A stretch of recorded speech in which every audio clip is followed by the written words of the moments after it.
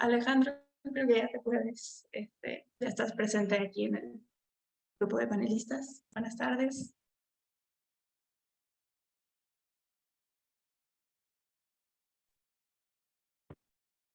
Hola, buenas tardes.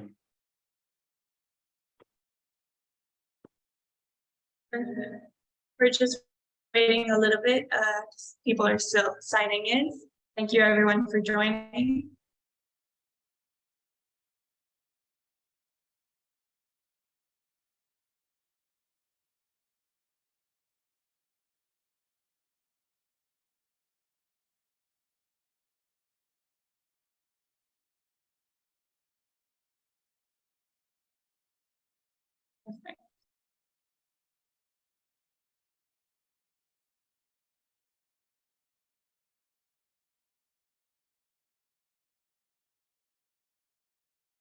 Perfect. So just to not keep anyone waiting, I think we can start now.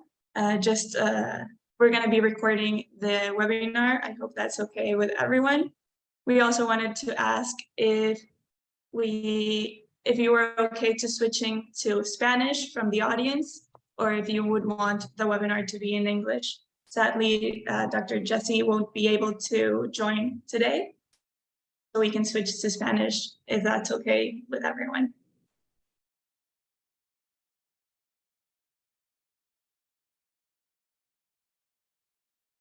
Thank you, Jose.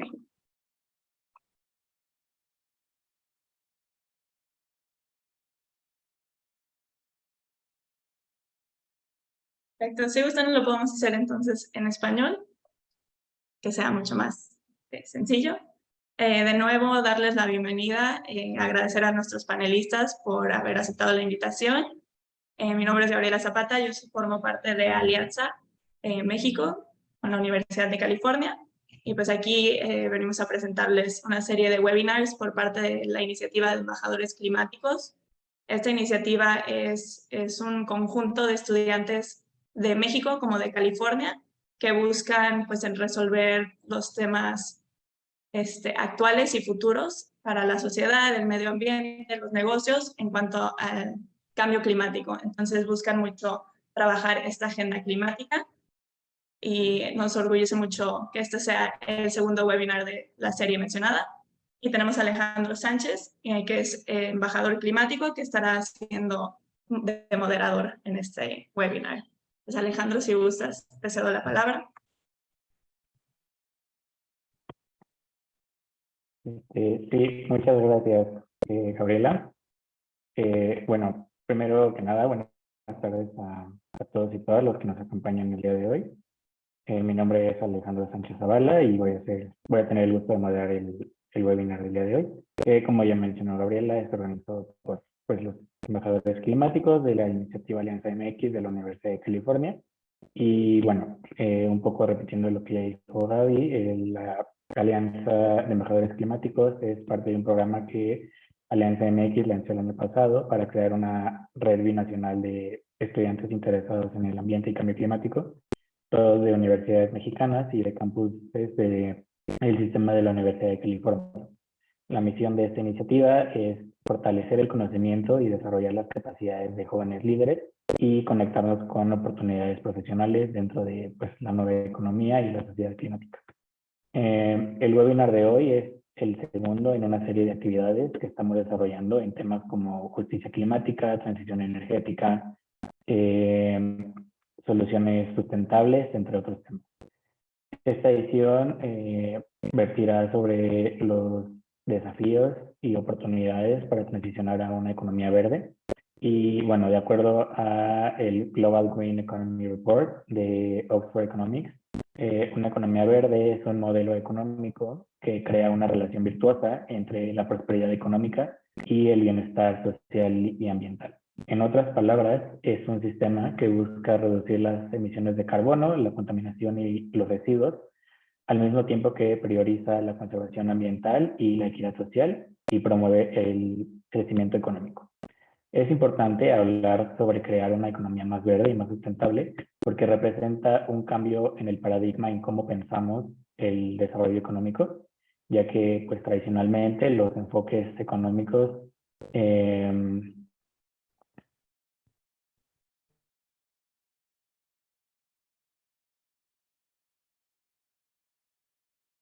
Creo que hubo un problema de señal rápido. A ver si logra conectarse.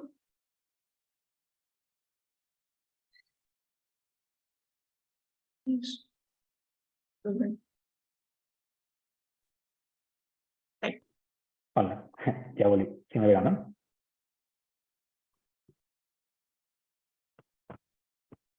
Sí, perfecto. Bueno, como estaba mencionando, los enfoques tradicionales al crecimiento económico pues han estado centrados en el uso de combustibles fósiles, que como todos sabemos ha llevado pues al detenimiento de los recursos naturales y un incremento en las emisiones de gases de efecto invernadero. Y precisamente aquí es donde entra la economía verde, ¿no? Como una alternativa al crecimiento económico centrada ahora en el uso de energías renovables y actividades sustentables y eficientes en el uso de los recursos. También puede proveer oportunidades para crear nuevos negocios y nuevos trabajos, promover la inclusión social e incluso reducir la pobreza. En el webinar de hoy exploraremos los obstáculos y oportunidades para transicionar a una economía más verde y también discutiremos con líderes y expertos sobre algunos ejemplos de iniciativas exitosas en el campo de la economía verde y cómo podemos trabajar juntos para promover este modelo de crecimiento.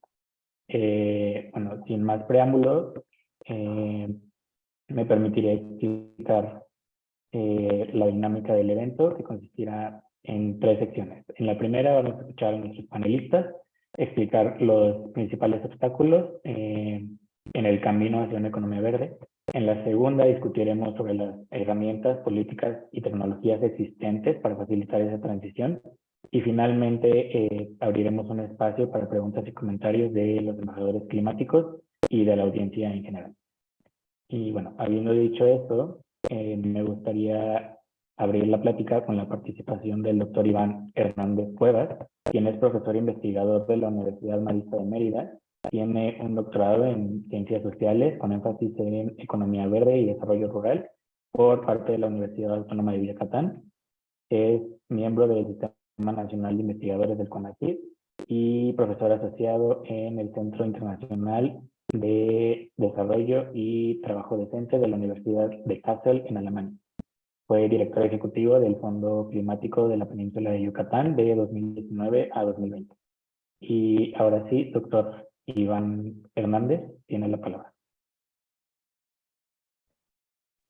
Muchísimas gracias, Alejandro, por la presentación. Y muy buenas tardes a todos quienes nos escuchan, a todas y a todos quienes están presentes en este webinar. Antes que nada, quisiera agradecer mucho la invitación de la Universidad de California y en particular a la Alianza MX, así como también a los embajadores climáticos, quienes están aquí, Gaby, Alejandro y Ana, ¿no? por gestionar este tipo de espacios que nos permiten pues traer a la mesa, no discutir temas que son de importancia y de muy alta relevancia para toda la sociedad y la humanidad, ¿no? Y quisiera retomar un poquito la definición que hace Alejandro sobre la economía verde, particularmente en la última frase, que es aquella que es socialmente inclusiva y la que se centra mucho en el bienestar humano y en la equidad, ¿no?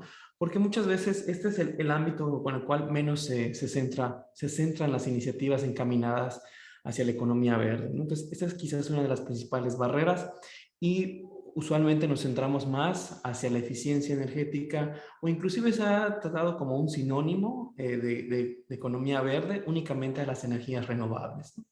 Y eso es un error tratarlo de esa forma, ¿no?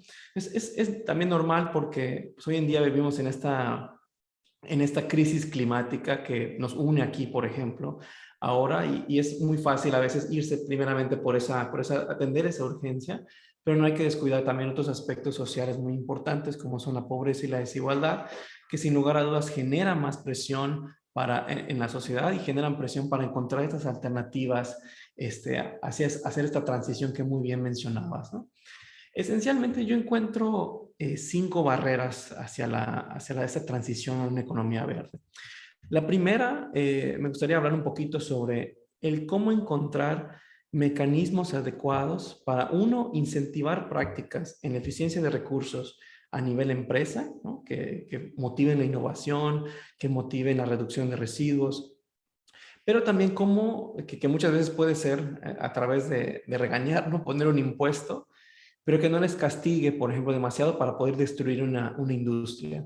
Hoy en nuestro país, en México particularmente, ha salido ahora sí que en el imaginario colectivo, así que en el escaparate, una situación que en el estado de Yucatán vivimos, ¿no? Que hay un conflicto entre una actividad económica, particularmente la porcicultura, digamos, con el medio ambiente y este desarrollo económico que deja, ¿no? Este es un pequeño ejemplo de cómo tenemos que cuidar muy bien el cómo están las actividades económicas realizadas.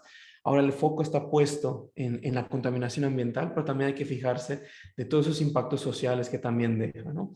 En este sentido, los mecanismos de mercado son una interesante alternativa, pero también debe haber legislación y normatividad que se actualice constantemente y que se adapte a las necesidades que uno tenemos como sociedad, dos, con las presiones que hemos generado a los ecosistemas, y por supuesto también que no cancele directamente a lo mejor una industria que genera empleo, ¿no?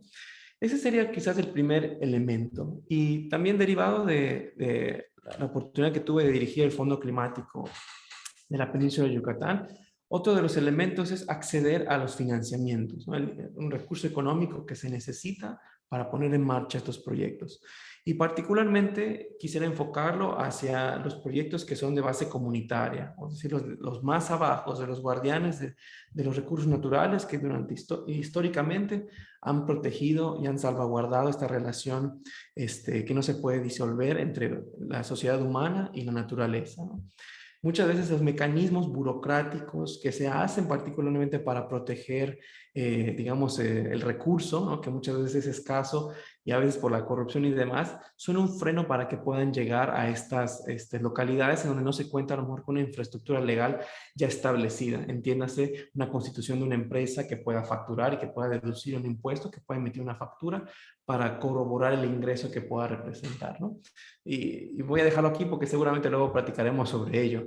También está en un tema muy importante que es el greenwashing, ¿no? Es algo que tenemos que combatir muchísimo, que ante este interés de la población mundial de centrarse en estos problemas, ¿no? Pues también ha habido intereses por parte de las empresas de sacar provecho de ello y no del provecho adecuado de cambiar sus prácticas, procesos y mentalidad, sino utilizarlo como una estrategia mercadológica y de ventas, ¿no? Y sacar productos que eventualmente son deshonestos, ¿no? Que engañan al consumidor y que se aprovechan de esta intención de un consumidor que pues quiere hacer el cambio, ¿no? Y muchas veces estos productos por lo general vienen con un precio por encima porque reflejan el verdadero costo de lo que representa tener y ser responsable con el medio ambiente, ¿no? Ejemplos tan fuertes como el NOx de Volkswagen, ¿no? Eso es un ejemplo muy fuerte de mentir al consumidor y tener consecuencias.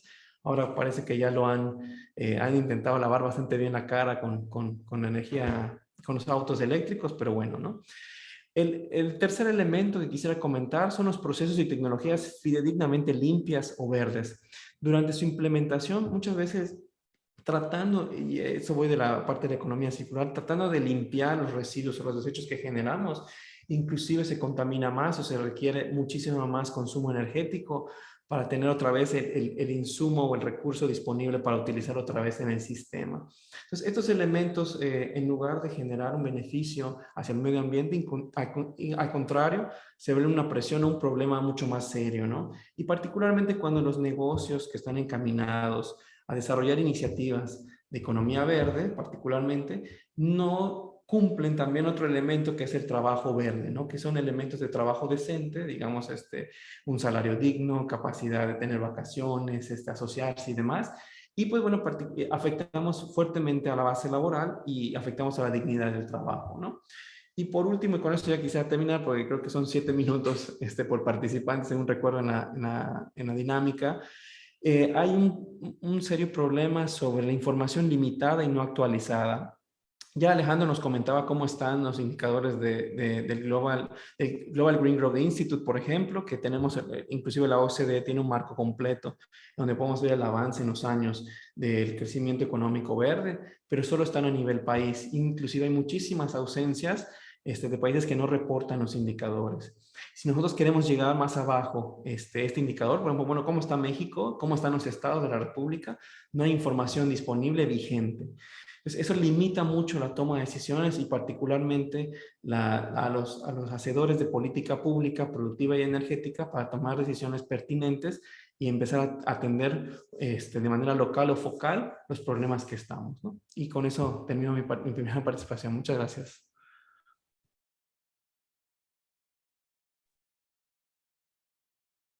Sí, muchas gracias, doctor Iván Hernández. Ahora escucharemos a la ingeniera Anna Hankhausen, quien es directora asistente, subdirectora, perdón, de Plastic Oceans México. Es también cofundadora de Color Book, una startup que promueve la acción climática a través de la economía digital, y también cofundadora de Wido, una aplicación móvil que busca hacer que la acción climática sea más fácil, divertida y accesible. También es promotora de eventos de acción climática, incluyendo el Second World Forum on Sustainable Development en 2020, y en ese mismo año recibió la medalla Youth Medal of Merit from Congress en la categoría ambiental. Ahora sí, ingeniera Hankhausen, tiene la palabra.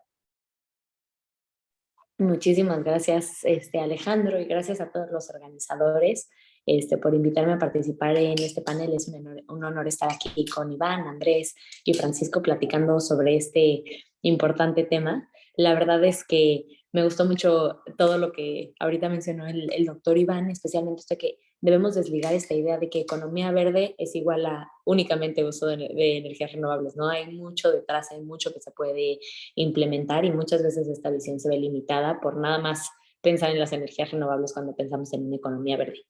Entonces, bueno, empezando en este tema de los obstáculos, creo que sí existen varios obstáculos técnicos y políticos para verdaderamente transitar a esta economía verde, pero quisiera tocar en 6 puntos que yo considero que son globales a toda esta transición, y creo que pueden dar pie, una vez que solucionemos estos obstáculos, pueden dar pie a que la transición sea mucho más rápida y mucho más eficiente, ¿no? Entonces, el primer obstáculo que yo considero que es sumamente grave es que se sigan tomando estas decisiones incongruentes, por así llamarlas, por parte de empresas o políticos, donde se sigan dando subsidios a empresas que se dedican a extraer petróleo o a usar oil and gas, ¿no? Como dicen en Estados Unidos. De hecho, vimos pues ahorita hace un par de semanas que el gobierno estadounidense aprobó este proyecto Willow, por más que la campaña del presidente se había dicho que no se iba a hacer. Entonces ahí es donde vemos que verdaderamente necesitamos migrar a total congruencia sobre lo que se está empezando a aprobar a nivel empresarial y a nivel político, ¿no? Creo que se debe de empezar a tratar la crisis como tal y dejar estas decisiones atrás. El segundo punto es que también debemos poner el beneficio social y ambiental al frente de todas las decisiones políticas y económicas, que viene un poco de la mano del término anterior, ¿no? Al final, cuando estamos tomando estas decisiones en pro del medio ambiente, en pro de la sociedad, estamos beneficiando no solo a las generaciones actuales, sino a las generaciones futuras. Y no me refiero solo a tal vez mis nietos en muchos años, sino en cientos y miles de años, cómo va a ser la calidad de vida de las posibles personas que vivan en ese momento, ¿no? Creo que también un gran obstáculo al que nos enfrentamos al transicionar a esta economía verde es que históricamente ha habido incorrectamente esta liga entre el desarrollo económico y que crezcan las desigualdades, ¿no? Muchas veces este desarrollo ha ido muy de la mano con beneficiar tal vez a un sector y al otro, ¿no? Entonces creo que esto, además de ser un obstáculo, es una gran oportunidad para, en esta transición hacia una economía verde, hacer las cosas bien y considerar cómo podemos tomar las decisiones que, como decía el doctor Iván, beneficien a todos y que se ponga al frente esta igualdad social. También creo que un gran obstáculo es esta falta de conocimiento sobre los riesgos de no actuar.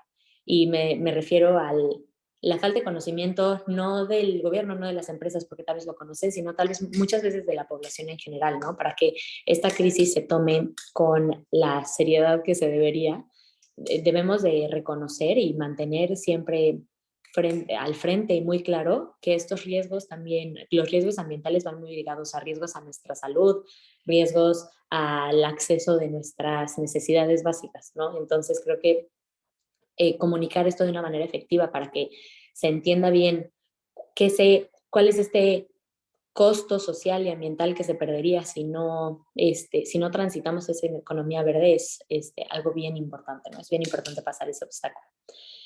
Mi quinto punto sería esta parte de el obstáculo que, digo, ahorita que me presentaba Alejandro, platicó un poquitito de lo que es WeDo, que es esta aplicación de acción ciudadana, y creo que el obstáculo más grande que vemos ahí, que se relaciona mucho a esta economía verde, es esta creencia que tal vez lo que hacemos todos nos suma, ¿no? Que tal vez nosotros como personas somos muy pequeños para lograr una diferencia, y creo que esta mentalidad verdaderamente nos está frenando. Voy a tocar un poco más en este tema en la segunda parte, pero para los cambios que se necesitan, de acuerdo con varias organizaciones, 1/3 tienen que venir desde la población, por varias razones, desde el ejemplo que pone, los cambios que se generan a nivel gobierno una vez que las personas están actuando, pero debemos de mantener esto en mente para verdaderamente actuar y tener este cambio de mentalidad y este critical thinking, ¿no? Como le dicen en inglés, para verdaderamente como ciudadanos poder tomar decisiones de consumo correctas.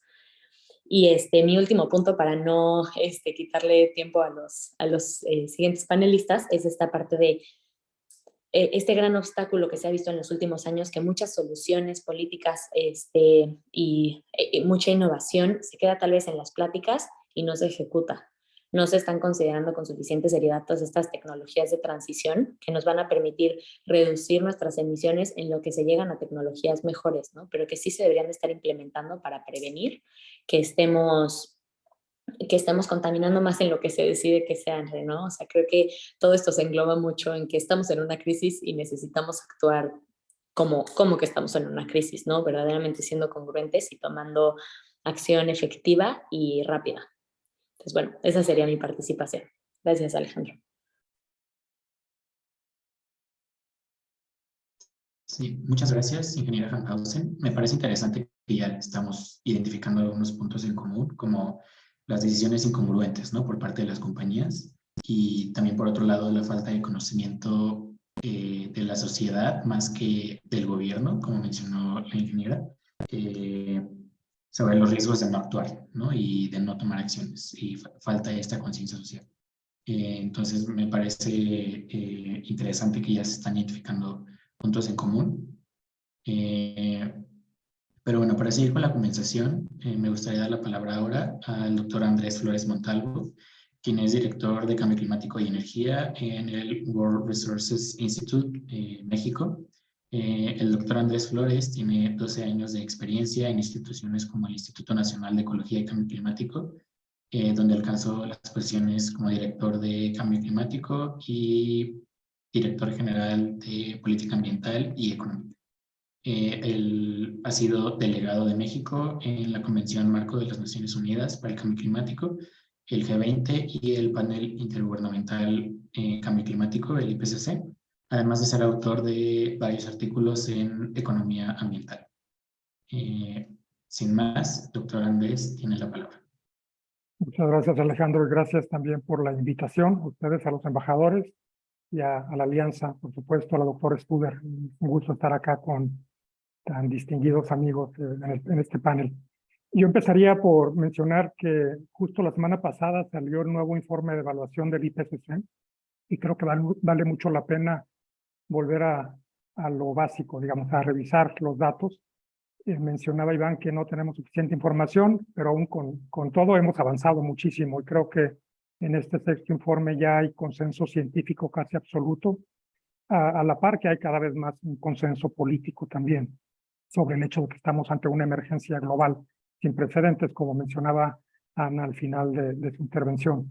Y está clarísimo, ojalá puedan verlo, aunque sea el resumen para tomadores de decisión, que es lo que se trabajó justamente la semana pasada y se publicó el 20 de marzo, que pues, la emergencia va a tocarnos a todos, en todo el mundo, no importa el nivel de desarrollo que tengamos como sociedades. Obviamente hay poblaciones que están en condiciones mayores de vulnerabilidad y son quienes más van a padecer los impactos del cambio climático. Y con cada grado que se caliente el planeta, pues los impactos serán cada vez mucho más severos, de manera exponencial, están creciendo ya como se está observando.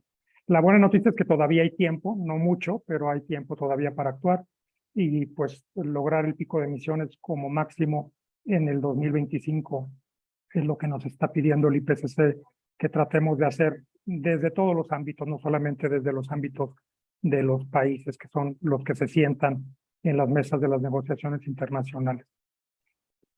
Lo bueno es que un reto como este también trae con él una oportunidad, y esta es la oportunidad de la que estamos hablando hoy, de transitar hacia un nuevo modelo de producción y consumo, ¿no? Hacia un nuevo paradigma en el que nos olvidemos de las maneras viejas en las que pues, todo nuestro consumo estaba basado en un modelo de explorar, consumir, tirar, a uno un poco más sustentable, ¿no? En el que también se incorporen cuestiones de equidad y justicia que ahora pues están muy poco consideradas, digamos, están siendo un tema, un problema muy grave como producto del modelo de desarrollo que hemos tenido en el mundo. Yo nada más me detendría un segundo para hablar de los conceptos de los que estamos hoy platicando en esta mesa. Estamos hablando de economía verde y mucho nos hemos referido también a crecimiento verde, nada más creo que no hay que confundir a los jóvenes que están por acá.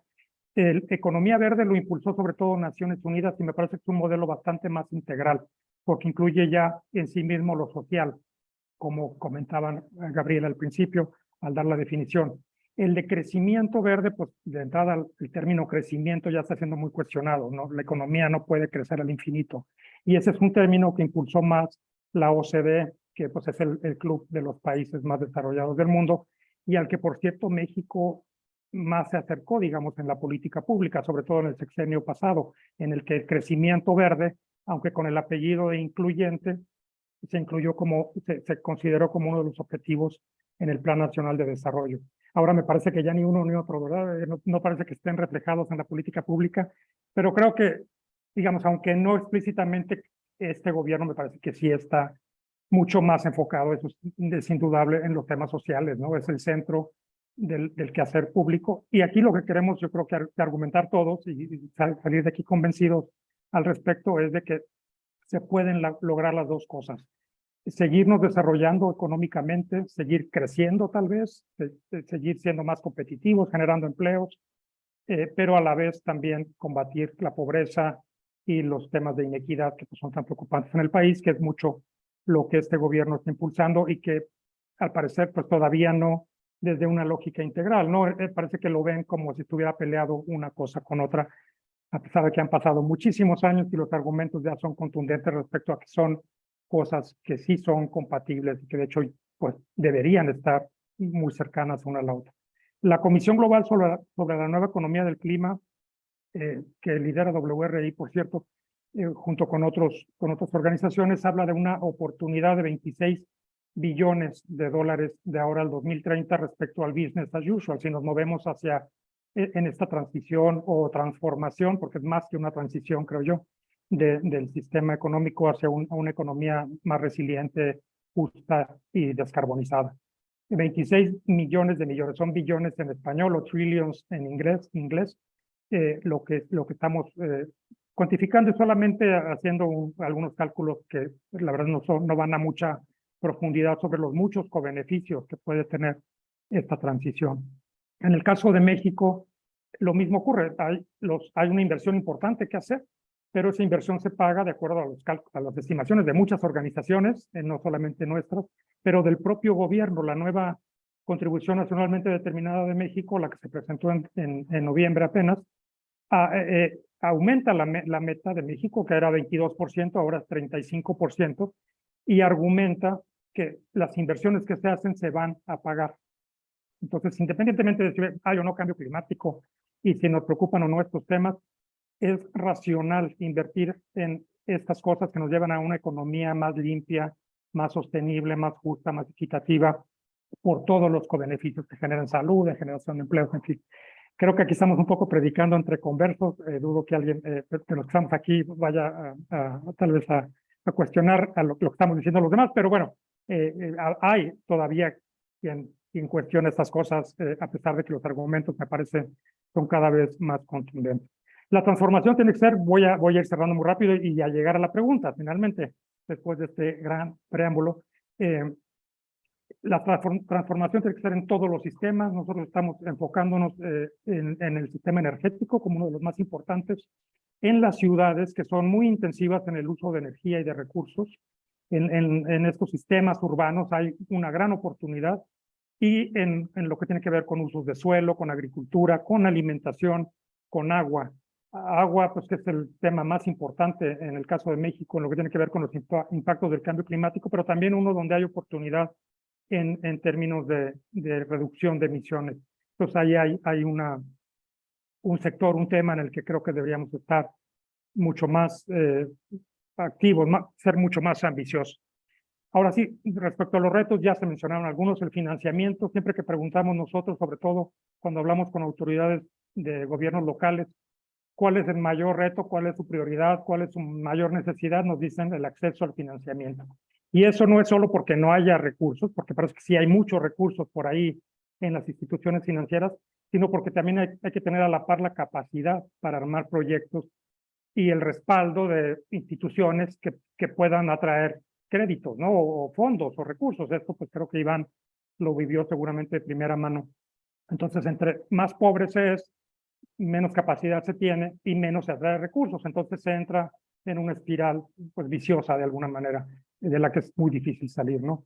Y ahí entra el segundo tema, que es las capacidades. Las capacidades, sobre todo en los municipios, en las localidades, son muy limitadas y además se pierden cada 3 años, ¿no? Cuando hay un cambio de administración y llega gente a aprender y a ver con muchas ganas, todos tienen muchas ganas, todos tenemos muchas ganas siempre, pero pues en lo que aprenden y agarran un poco el patín, pues se pasan 2 de los 3 años, ya es muy difícil que puedan realmente hacer algo, a pesar de que en la mayoría de los casos sí tienen mucho entusiasmo, muchas ganas de hacer cosas, pero creo que hay que buscar la manera de conservar las capacidades que se han podido crear a lo largo del tiempo. Ya son mucho más las que tenemos ahora que las que teníamos hace 10 años, sin duda, pero todavía hay mucho por avanzar. La articulación de políticas, creo que esto es importante también, la coherencia política, que no la Secretaría de Energía vaya por un lado y la Secretaría de Medio Ambiente o la de Hacienda por otro, y la verdad por lados totalmente opuestos, ni siquiera es que por algún momento puedan confluir. Creo que eso también sería importante, y para eso es importante el liderazgo, me parece, que haya una cabeza que marque liderazgo, ¿no? Hay muchos países que ya tienen compromisos, son 140 países que ya tienen metas, o al menos ya anunciaron que van a establecer una meta de neutralidad en emisiones de gases de efecto invernadero. México es el único del G20 que no tiene una meta todavía. Entonces, pues claramente, sin querer meterme a temas sensibles, pues acá creo que nos está faltando un poco el liderazgo desde las cabezas en el gobierno, pero también en otros sectores, ¿no? Creo que hace falta un sentido de urgencia mayor y actuar con corresponsabilidad, que esto es algo de lo que mencionaba Yana. No es solamente el gobierno federal que tiene que hacer las cosas y es muy fácil reclamarle al gobierno porque hace o no hace.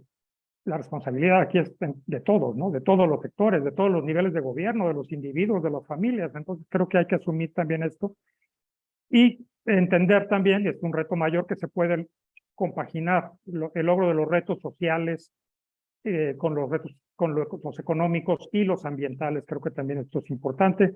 Y pues también en este proceso establecer mecanismos de participación pública reales, ¿no? Y no los que tenemos ahora, que son bastante pues formales y tal, pero no llevan a que la gente se haga corresponsable porque no tiene tampoco mucha participación en la toma de decisiones. Yo hasta ahí lo dejaría. Perdón si me extendí demasiado, pero ya en la siguiente pregunta entro un poquito más de detalle. Muchas gracias.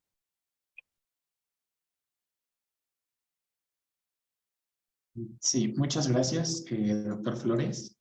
Para cerrar esta primera ronda de la conversación, ahora le quiero dar la palabra al doctor Francisco Estrada, quien es el coordinador del programa de investigación de cambio climático de la UNAM.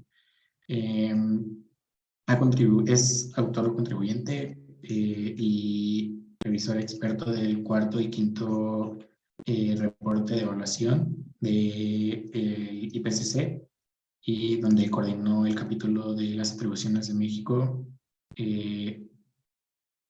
También, perdón, es que tengo las semblanzas en inglés, entonces si tengo algunos errores con sus semblanzas, una disculpa. Fue investigador del Instituto, perdón, es investigador del Instituto de las Ciencias Atmosféricas y Cambio Climático de la UNAM también, y ha participado como editor de la revista Atmósfera.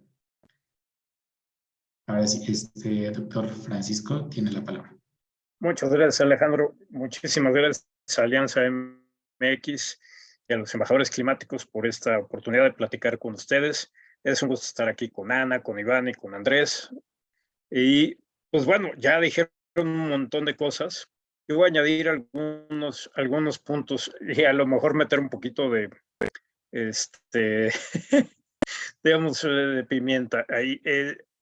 Digamos que a mí me gustaría pensar como lo que decía Andrés, que de pronto Semarnat y Energía van en direcciones contrarias. A mí de pronto no me parece que vayan en direcciones tan contrarias, ¿no? Me parece que pues ninguno de los dos tiene muy claro el asunto de cambio climático, por ejemplo, o el asunto de ecología y cambio climático. Digamos, yo creo que se ha perdido mucho la visión.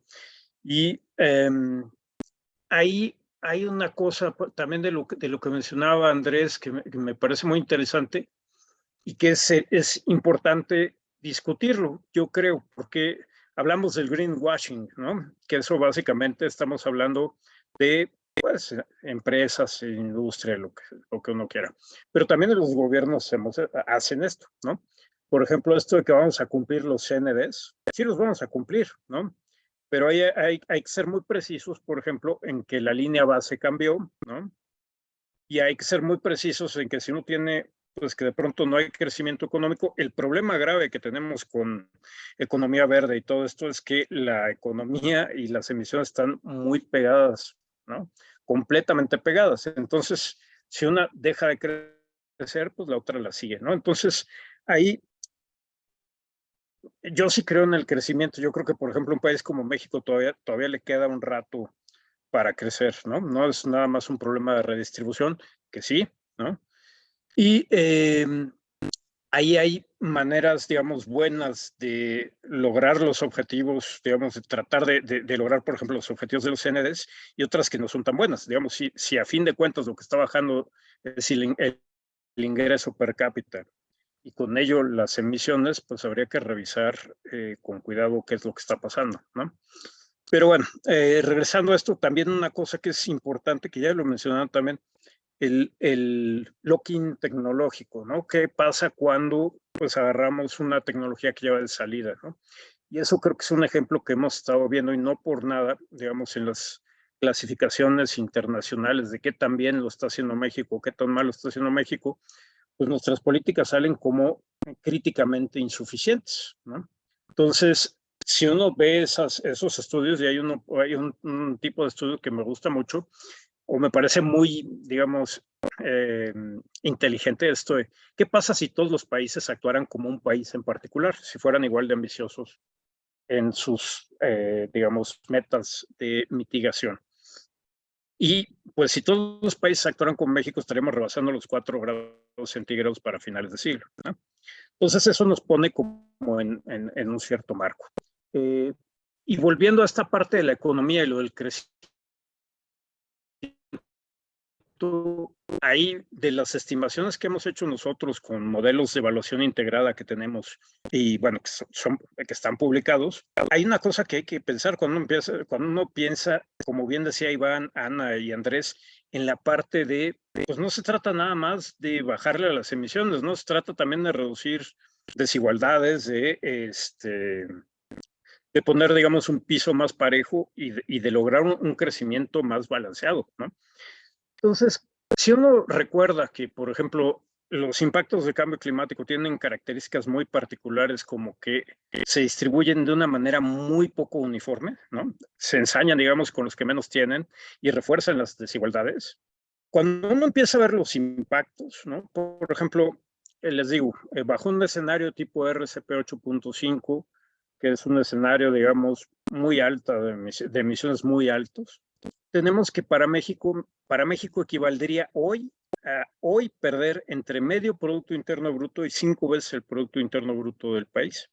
Y esto no se distribuye de manera pareja. Entonces lo que va a hacer es acentuar, digamos, las desigualdades, ¿no?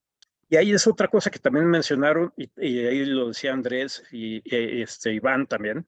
Mucho nos clavamos en la parte de la mitigación, pero ¿qué pasa en la parte de reducción de riesgos y en la parte de adaptación? Y ahí se vuelve un problema muy complicado, porque si uno recuerda, digo, por ejemplo, en mitigación relativamente las cosas son más sencillas porque, bueno, uno puede importar la tecnología que no deberíamos estar desarrollando nosotros tecnología propia y aprovechar esta coyuntura, pero no veo que lo estemos haciendo o no veo que lo estemos haciendo con el potencial que realmente tenemos. Pero bueno, se puede importar. Pero ¿qué pasa cuando nos vamos del lado de la adaptación y de los riesgos y los impactos? La adaptación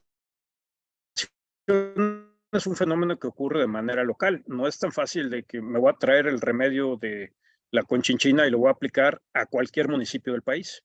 Para eso necesitamos un montón de información mucho más precisa que la que tenemos ahorita. Y precisa quizás no es el término, ¿no? Pero necesitamos mucha más información. O sea, si uno se pone a ver la información que normalmente los tomadores de decisión citan en cambio climático, bueno, el reporte del IPCC, que es muy, muy importante, no quiero quitarle ninguna importancia a eso. Pero con eso uno no va a adaptarse en lo que pasa, por ejemplo, alguien en Cholula no se va a adaptar con lo que dice el IPCC sobre, en general, la región, o etcétera, etcétera. Hay muchísimo conocimiento que se tiene que desarrollar y esa es la otra parte. Digamos, una primera acción de adaptación y una cosa que nos ayuda a enfrentar estos riesgos es la educación, la ciencia y la tecnología y generar esto.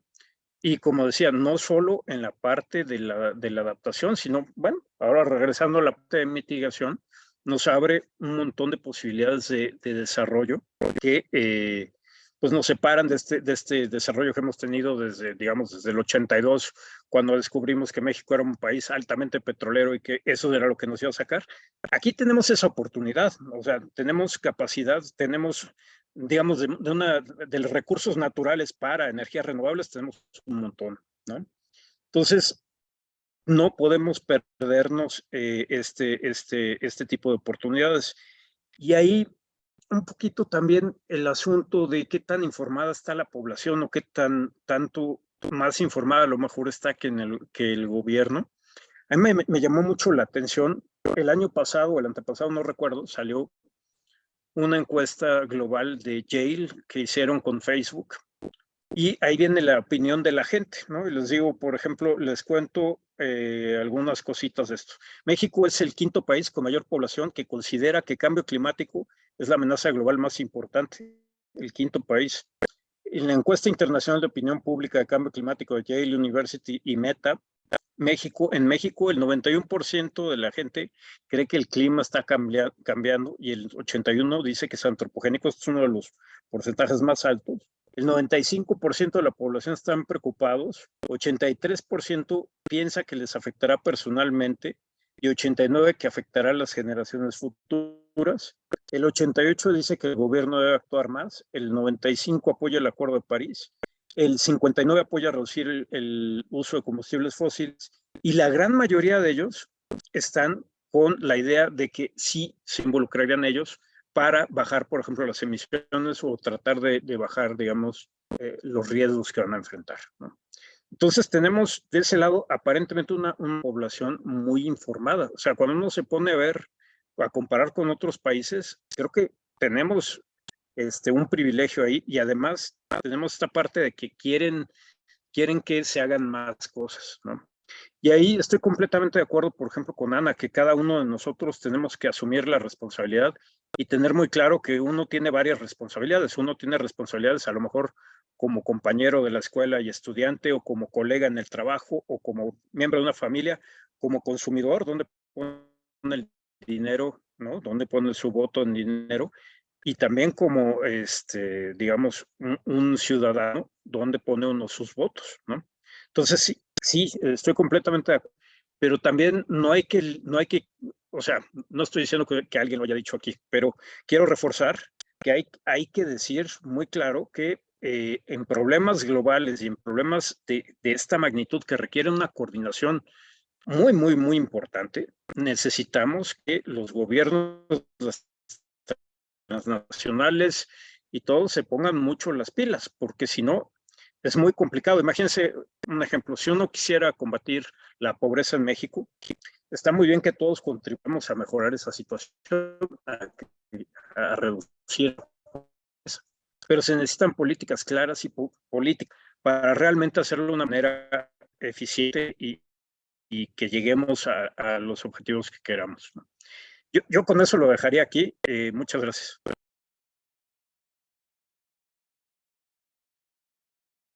Sí, gracias, doctor Francisco Estrada.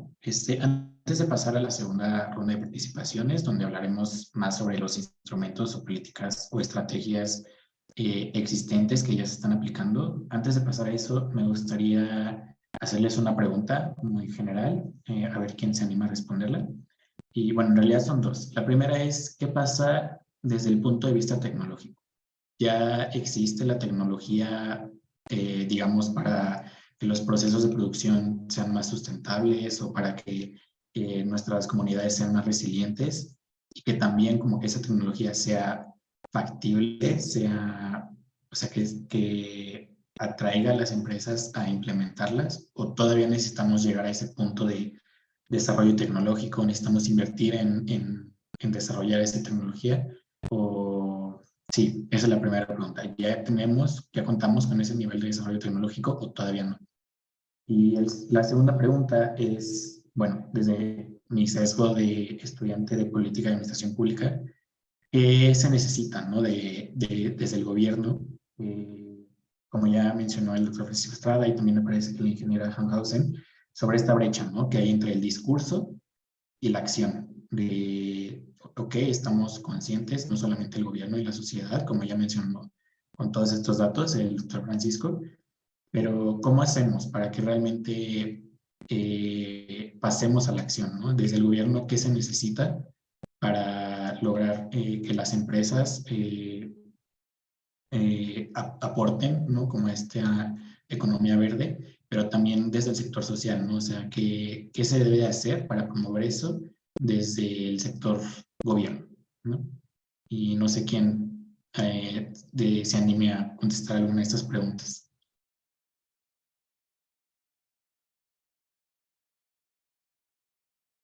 Sí, doctor Iván Hernández.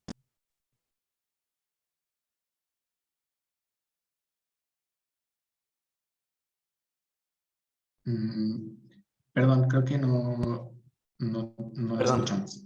¿Ahora sí? Sí, Perfecto, ya, gracias. perfecto. Súper. No, le decía que se había puesto muy interesante la discusión y tu pregunta creo que echa más fuego a la candela, ¿no? Y la hace mucho más interesante aún, porque tiene truco tu pregunta, depende de la industria. Hay muchas alternativas que, digamos, se han desarrollado hoy en día, ¿no? Muchas que vienen de procesos de alta innovación, inclusive que integran, inclusive cómo se comporta inclusive el ecosistema para emular ese comportamiento, integrarlo a los desechos y a los residuos que se generan y volverlos a ingresar al sistema ecológico. Pero desde hace miles de años estamos haciendo, digamos, prácticas ancestrales que hemos heredado. Por ejemplo, hoy en día, si tú analizas, por ejemplo, si lo ves a un nivel de un pequeño agricultor en su casa, si hablamos de la milpa maya, por ejemplo, y del huerto familiar de traspatio, hay prácticas inclusive de economía circular que no se llamaban economía circular desde antes, ¿no? Y hoy en día le empezamos a poner mucho énfasis como a innovación en ese sentido, cuando desde antes existían. Inclusive ha sido reconocida por la ONU que es muy difícil alcanzar los objetivos que tenemos de mitigación del cambio climático si no retomamos y si no hacemos caso a todos esos conocimientos y saberes ancestrales que teníamos, ¿no?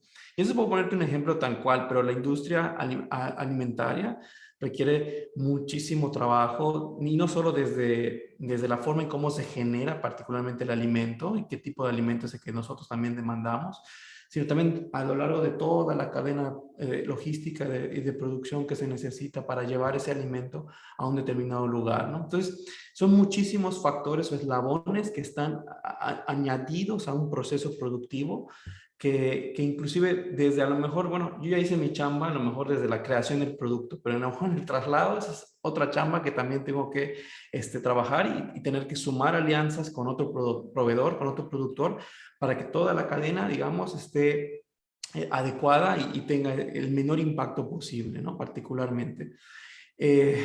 Ahora, si nos centramos particularmente en qué es lo que debería hacer el gobierno, ¿no? Cómo tajantemente pudiese llegar ahí.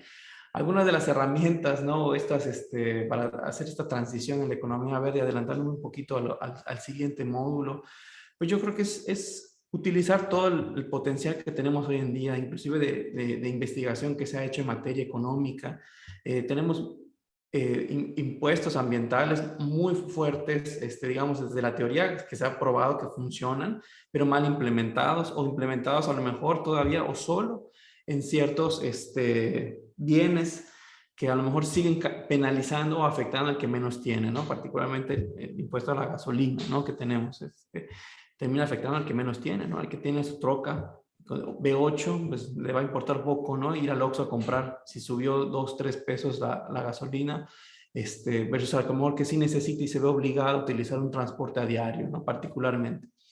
Ahora se necesita claramente identificar en dónde están esas externalidades negativas que están generando las actividades productivas, focalizarse muy bien en eso, revisar la normatividad que posiblemente esté desactualizada o ya no corresponde, o la innovación nos permitió identificar que hay procesos que están generando efectos negativos hacia la sociedad, entiéndase salud y medio ambiente, o eso finalmente ya llegó, no fue la innovación, sino ya nos dimos cuenta a lo mejor por otros indicadores que la situación no está tan buena como queremos, ¿no? Y de entrada en eso hemos tenido avances muy importantes, pero aún nos hace falta trabajar, y eso es un doble riesgo, porque a veces con el énfasis de utilizar este tipo de herramientas o el exceso de regulación, a veces terminan generándose al vapor estrategias que en vez de dejar un impacto positivo, digamos, ese famoso doble dividendo, ¿no? Que tenga un mecanismo de recaudación, pero a través que deje un beneficio también hacia la sociedad y un incentivo hacia las empresas a cambiar, solo sea para fines recaudatorios. Y luego viene el tercer problema.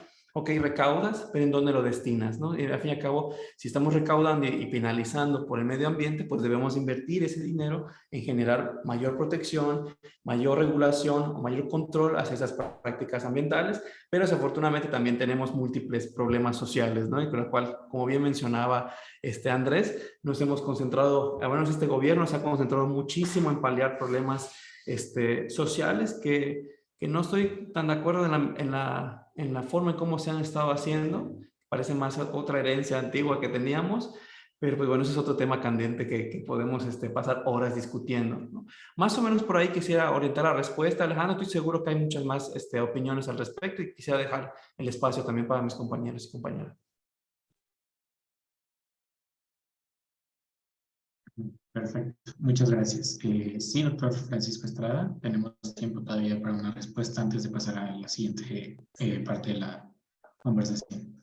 Muchas gracias. Bueno, yo también creo que tu pregunta tiene truco, ¿no? Pero otro truco.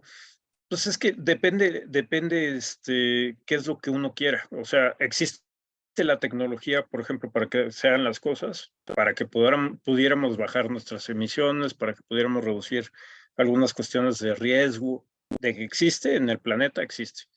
De que la tenemos o que estamos haciendo las cosas como para que nosotros innovemos y desarrollemos esa tecnología, ahí es donde yo creo que nos hace falta tener una visión mucho más amplia del problema, ¿no? Entonces, pues básicamente yo quería decir eso, ¿no? Realmente depende de dónde se ubique uno, ¿no? Si uno se ubica como alguien que toma las soluciones que vienen de fuera, pues está ahí, ¿no? Si uno se ubica como alguien que va a contribuir o que quiere innovar y quiere agarrar estas oportunidades, tenemos mucha tarea por hacer. Y nada más un dato para que nos acordemos. O sea, desde la época preindustrial ahora, el planeta ha aumentado su temperatura en 1.2 grados. En México la temperatura desde esa época hasta ahorita ha aumentado 1.7 grados. O sea, aquí el clima cambia más rápido que el promedio global, ¿no? Y estamos viendo cosas muy duras. Por ejemplo, hablando, por ejemplo, Iván, que estaba mencionando la parte de agricultura y todo esto, pues tenemos, por ejemplo, patrones que están acentuando que el norte del país se seca a grandes rasgos y el sur es un poco más húmedo. Pero básicamente en todos lados estamos teniendo una cosa muy importante. Tenemos los periodos de días consecutivos secos, se han estado ampliando. O sea, tenemos más periodos secos más largos y hasta en los lugares donde ha aumentado la lluvia, eso ha ocurrido, ¿no? En muchos de esos lugares. Y lo que pasa es que está compactando la lluvia en eventos más extremos, ¿no? Entonces, y eso tiene unas implicaciones para el manejo del agua, para la agricultura, para el desarrollo, para las enfermedades. Todo esto que tenemos que hacer algo al respecto. Y ahí regreso a lo que empezaba. Uno tendría que estar pensando en las soluciones adecuadas y hechas, digamos, tailor-made para lo que está ocurriendo en su país, ¿no? Y en eso todavía estamos muy lejos, ¿no? Y otra vez digo, no es que yo sea del programa de investigación en cambio climático, pero nos hace falta mucha investigación en cambio climático.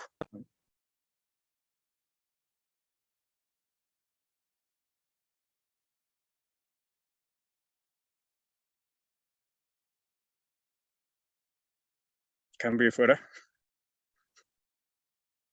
Sí, perdón. Muchas gracias, doctor Francisco Estrada.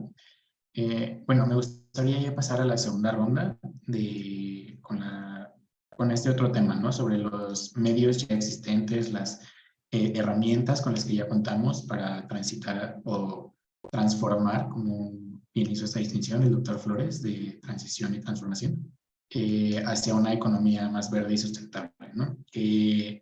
Sí, qué tipo de herramientas existen y qué tipo de políticas o estrategias ya se están implementando por parte de los gobiernos y compañías para hacer esta ruta, ¿no? más fácil. Y bueno, si les parece, podemos comenzar ahora con la ingeniera Hanhausen, que me parece igual quería responder a la pregunta que hice anteriormente. Entonces, tiene la palabra. Muchísimas gracias, Alejandro. Y también a todos los que, a Francisco, Andrés, Iván, igual, lo que estuvieron comentando, la verdad me pareció muy interesante y me gusta que empieza a generarse, aunque estamos siguiendo como esta línea de las preguntas, empieza a generarse una conversación muy interesante, ¿no?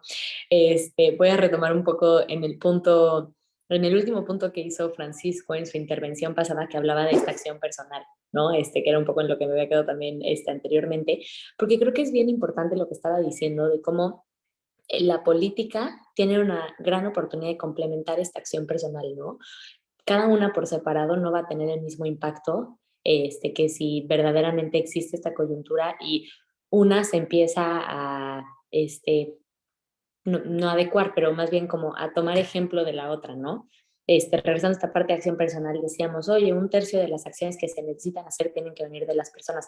Y no diciéndolo desde un punto de vista de culpa o de que, oye, persona, tú tienes que hacerlo porque es tu culpa, sino más bien como desde la responsabilidad que nosotros podemos tener, ¿no? Es como, no me encanta esta palabra, pero esta parte como de, oye, reempoderar a los ciudadanos, a que ellos verdaderamente pueden tener un rol clave en esta crisis verdaderamente me parece bien importante, porque pues tal vez empiezan haciendo una pequeña acción en su día a día como reducir su transporte, pero esta transición de cómo esta pequeña acción a lo largo de los años puede convertir a la persona también en un activista o en que empiece a involucrarse más en la problemática, empieza a abrir más los ojos frente a lo que está pasando a su alrededor ambiental y socialmente, y a raíz de esto empieza a buscar mejores prácticas, ¿no? Entonces creo que estas semillitas son bien importantes y hacerlas de manera efectiva, ¿no? No es nada más, oye, palomeo que estoy haciendo algo y listo, sino verdaderamente entender, de acuerdo con cómo es tu estilo de vida ahorita, qué es lo más efectivo que tú como persona puedes hacer para que, por un lado, no te desgastes haciendo acciones que probablemente no van a tener el mismo impacto que 2 o 3, que verdaderamente es donde la mayoría de la mayoría de tu impacto se está concentrando, ¿no? O sea, pensando en este 80-20, ¿no? Creo que esa parte es bien importante. Y cómo esta política verdaderamente puede apoyar la aceleración de lo que los ciudadanos están haciendo, ¿no? Puede responder a lo que los ciudadanos quieren actuar. Pensemos en el ejemplo del transporte público, ¿no? Por ejemplo, en México tal vez muchas personas quieren tomar ciertas acciones, pero no existen las rutas eficientes para que ellos puedan llegar de un lugar a otro por medio del transporte público. Entonces, la parte política, la parte de estructura de la ciudad tiene que responder a estas necesidades de los ciudadanos, ¿no? Eso creo que también es bien importante. Regresando a este punto que hablaba también del activismo, ¿no? Creo que todos tenemos este rol bien importante que muchas veces ignoramos, de alzar la voz y de exigir que las cosas se hagan bien. Y cómo se complementa esto con la acción personal, ¿no? Y esto puede empujar acciones a nivel empresa, a nivel gobierno, y darnos cuenta que nosotros podemos ser la base de estos cambios que necesitan suceder, ¿no? Tenemos los cambios que suceden desde arriba hacia abajo, pensemos en tratados internacionales, regulación, pero son igual de necesarios los cambios que suceden de abajo hacia arriba. Por un lado, porque nosotros como ciudadanos o personas que viven en diferentes comunidades están viendo ya las consecuencias que están pasando y quieren ellos verdaderamente tomar acción y enseñar qué cambios adicionales necesitan suceder, sobre todo para acelerar las mejoras. También creo que esta parte de la colaboración y compartir es bien importante para continuar esta transición, ¿no? Por ejemplo, es un ejemplo muy puntual que no está tan relacionado a temas de cambio climático, pero me encanta hacerlo. Dentro de Plastic Oceans trabajamos con varias comunidades que tienen temas tortugueros, ¿no? Entonces tenemos una comunidad en la Riviera Maya y otra en Oaxaca, y por alguna extraña razón a la comunidad de Oaxaca le llegó una especie de tortuga que normalmente no recibe y normalmente reciben en la Riviera Maya, ¿no? Pero se logró hacer esta comunicación entre ellos para que se pudiera manejar bien la llegada de esta especie de tortuga que en Oaxaca no estaban tan acostumbrados, ¿no? Entonces digo, esto es un ejemplo muy puntual, pero compartir los conocimientos y darnos cuenta de cómo hay muchísimo conocimiento allá afuera y limitarnos a únicamente lo que sabe un sector o una comunidad nos está limitando muchísimo, ¿no? También Francisco mencionó esta parte de la precisión. Creo que tanto la precisión como la transparencia son claves, ¿no? Existen todas estas soluciones financieras, políticas, empresariales que se están llevando a cabo, pero si no somos precisos en los términos, si no homogeneizamos estos términos, es mucho más difícil medir qué verdaderamente está sucediendo, ¿no? Pensando, por ejemplo, en ESG, que tal vez aquí ya muchos lo conocen, lo que están aquí con nosotros, que tiene que ver con esta parte ambiental, social y de gobernanza que se implementa en las empresas. Pero si no homogeneizamos, es muy fácil tal vez para una empresa usar un lenguaje conveniente, por así decirlo, para hacer parecer que las acciones han sido mayores, ¿no? Entonces, esa precisión en el lenguaje y en los datos verdaderamente es clave para darnos cuenta qué tanto estamos avanzando, ¿no? A la par de la coordinación. Y bueno, ese sería un poco mi intervención por ahorita, y ahorita en la parte de las preguntas seguimos con más.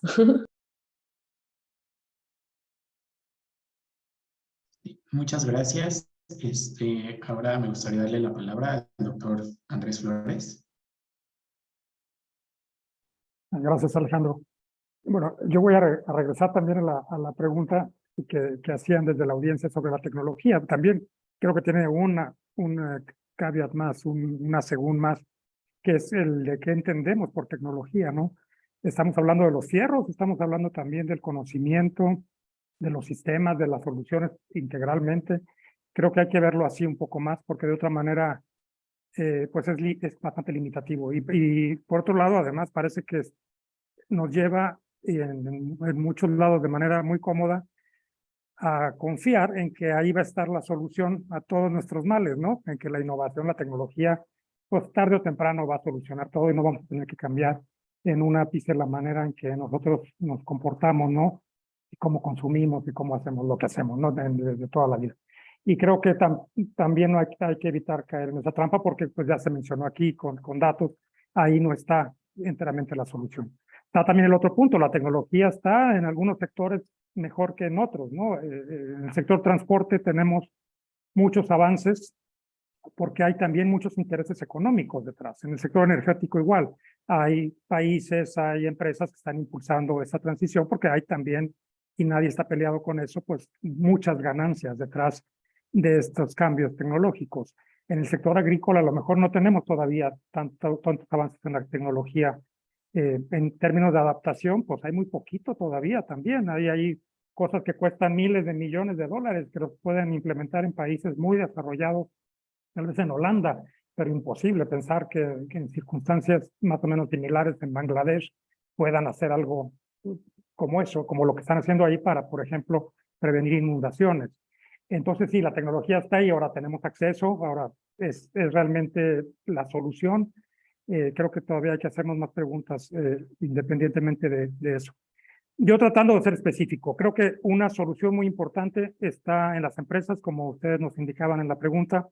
Cada vez hay más empresas comprometidas a reducir sus emisiones de gases de efecto invernadero, a implementar políticas y acciones del tipo ESG, de Environmental, Social and Governance, que esas que menciona Ana. Tenemos ya nosotros registradas cerca de 2.500 empresas con metas basadas en ciencia, que son metas que implican reducir las emisiones en los propios procesos dentro de las empresas, en un segundo alcance consumir solamente energía limpia, y en un tercer alcance que toda la cadena de proveeduría para esas empresas sea también proveniente de empresas que tengan este tipo de compromisos y que los cumplan. Son ya 2.500 en el mundo y que tienen este tipo de compromisos. Es una metodología que desarrolló WRI con WWF, el UN Global Compact y CDP, que es la agencia esta que ayuda al reporte de las empresas en términos de bolsa, pero también para otros criterios. En México solamente tenemos 25 empresas de estas 2.500 de capital mexicano. Muchas tienen obviamente operaciones acá.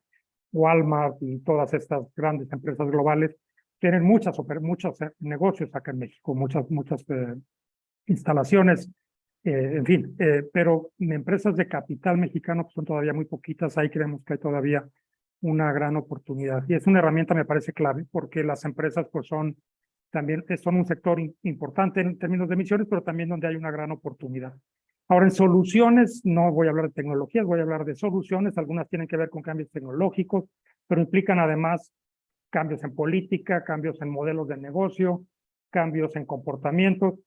Creo que, bueno, yo tengo 10 que podría listar, que son como las más importantes. Creo que retirar las plantas de carbón en el mundo, de combustóleo en México, es clave, es lo primero, y a la vez invertir en eficiencia energética y en energía renovable, energía limpia, pues ya es algo que hace sentido económico. Incluso los reportes del IPCC que están evaluando cómo evolucionan en el grupo 3 sobre mitigación, las tecnologías están indicando muy claro que la solar, por ejemplo, ya es competitiva a precios de mercado y es la opción que debería ser la más favorecida, digamos, a precios de mercado, ya sin necesidad de subsidios.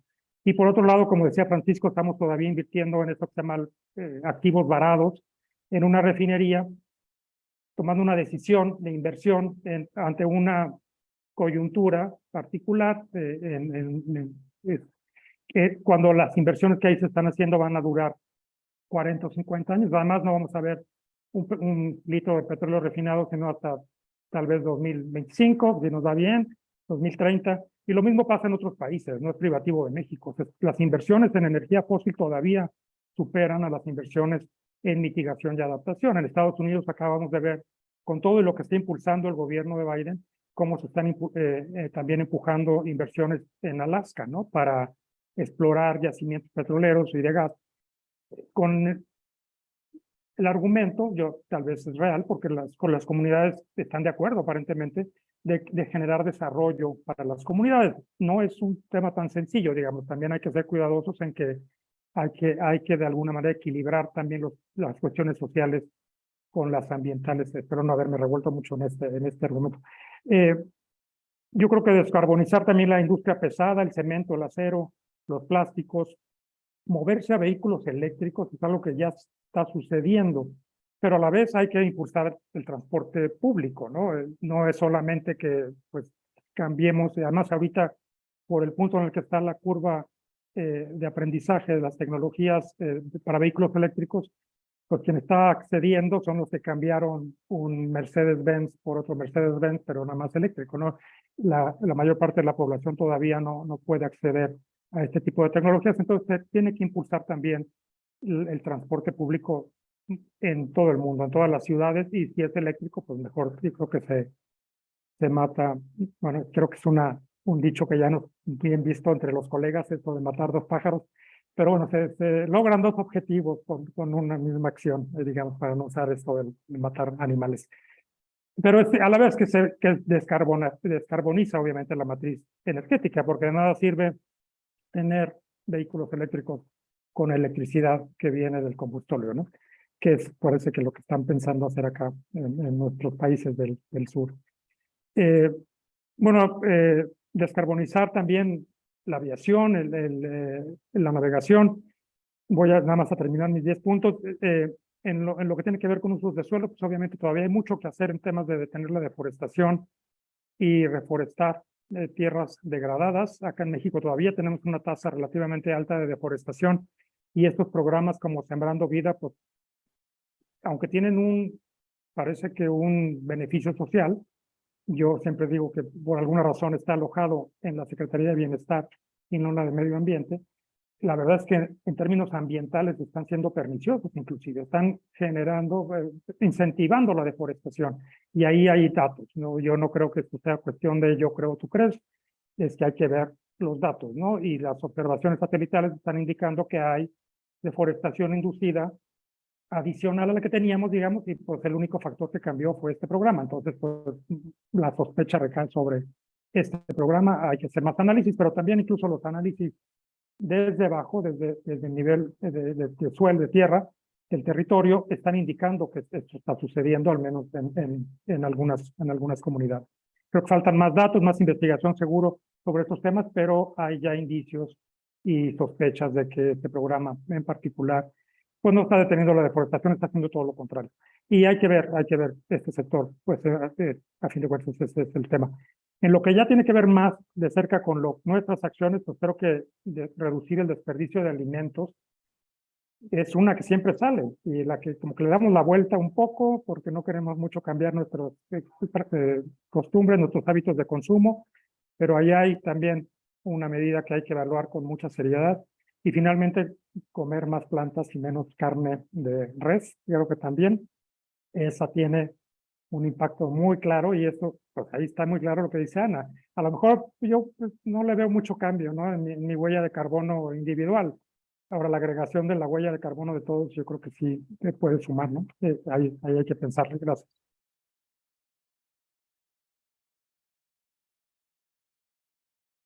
Sí, gracias, doctor Flores. Ahora le quiero dar la palabra al doctor Iván Hernández.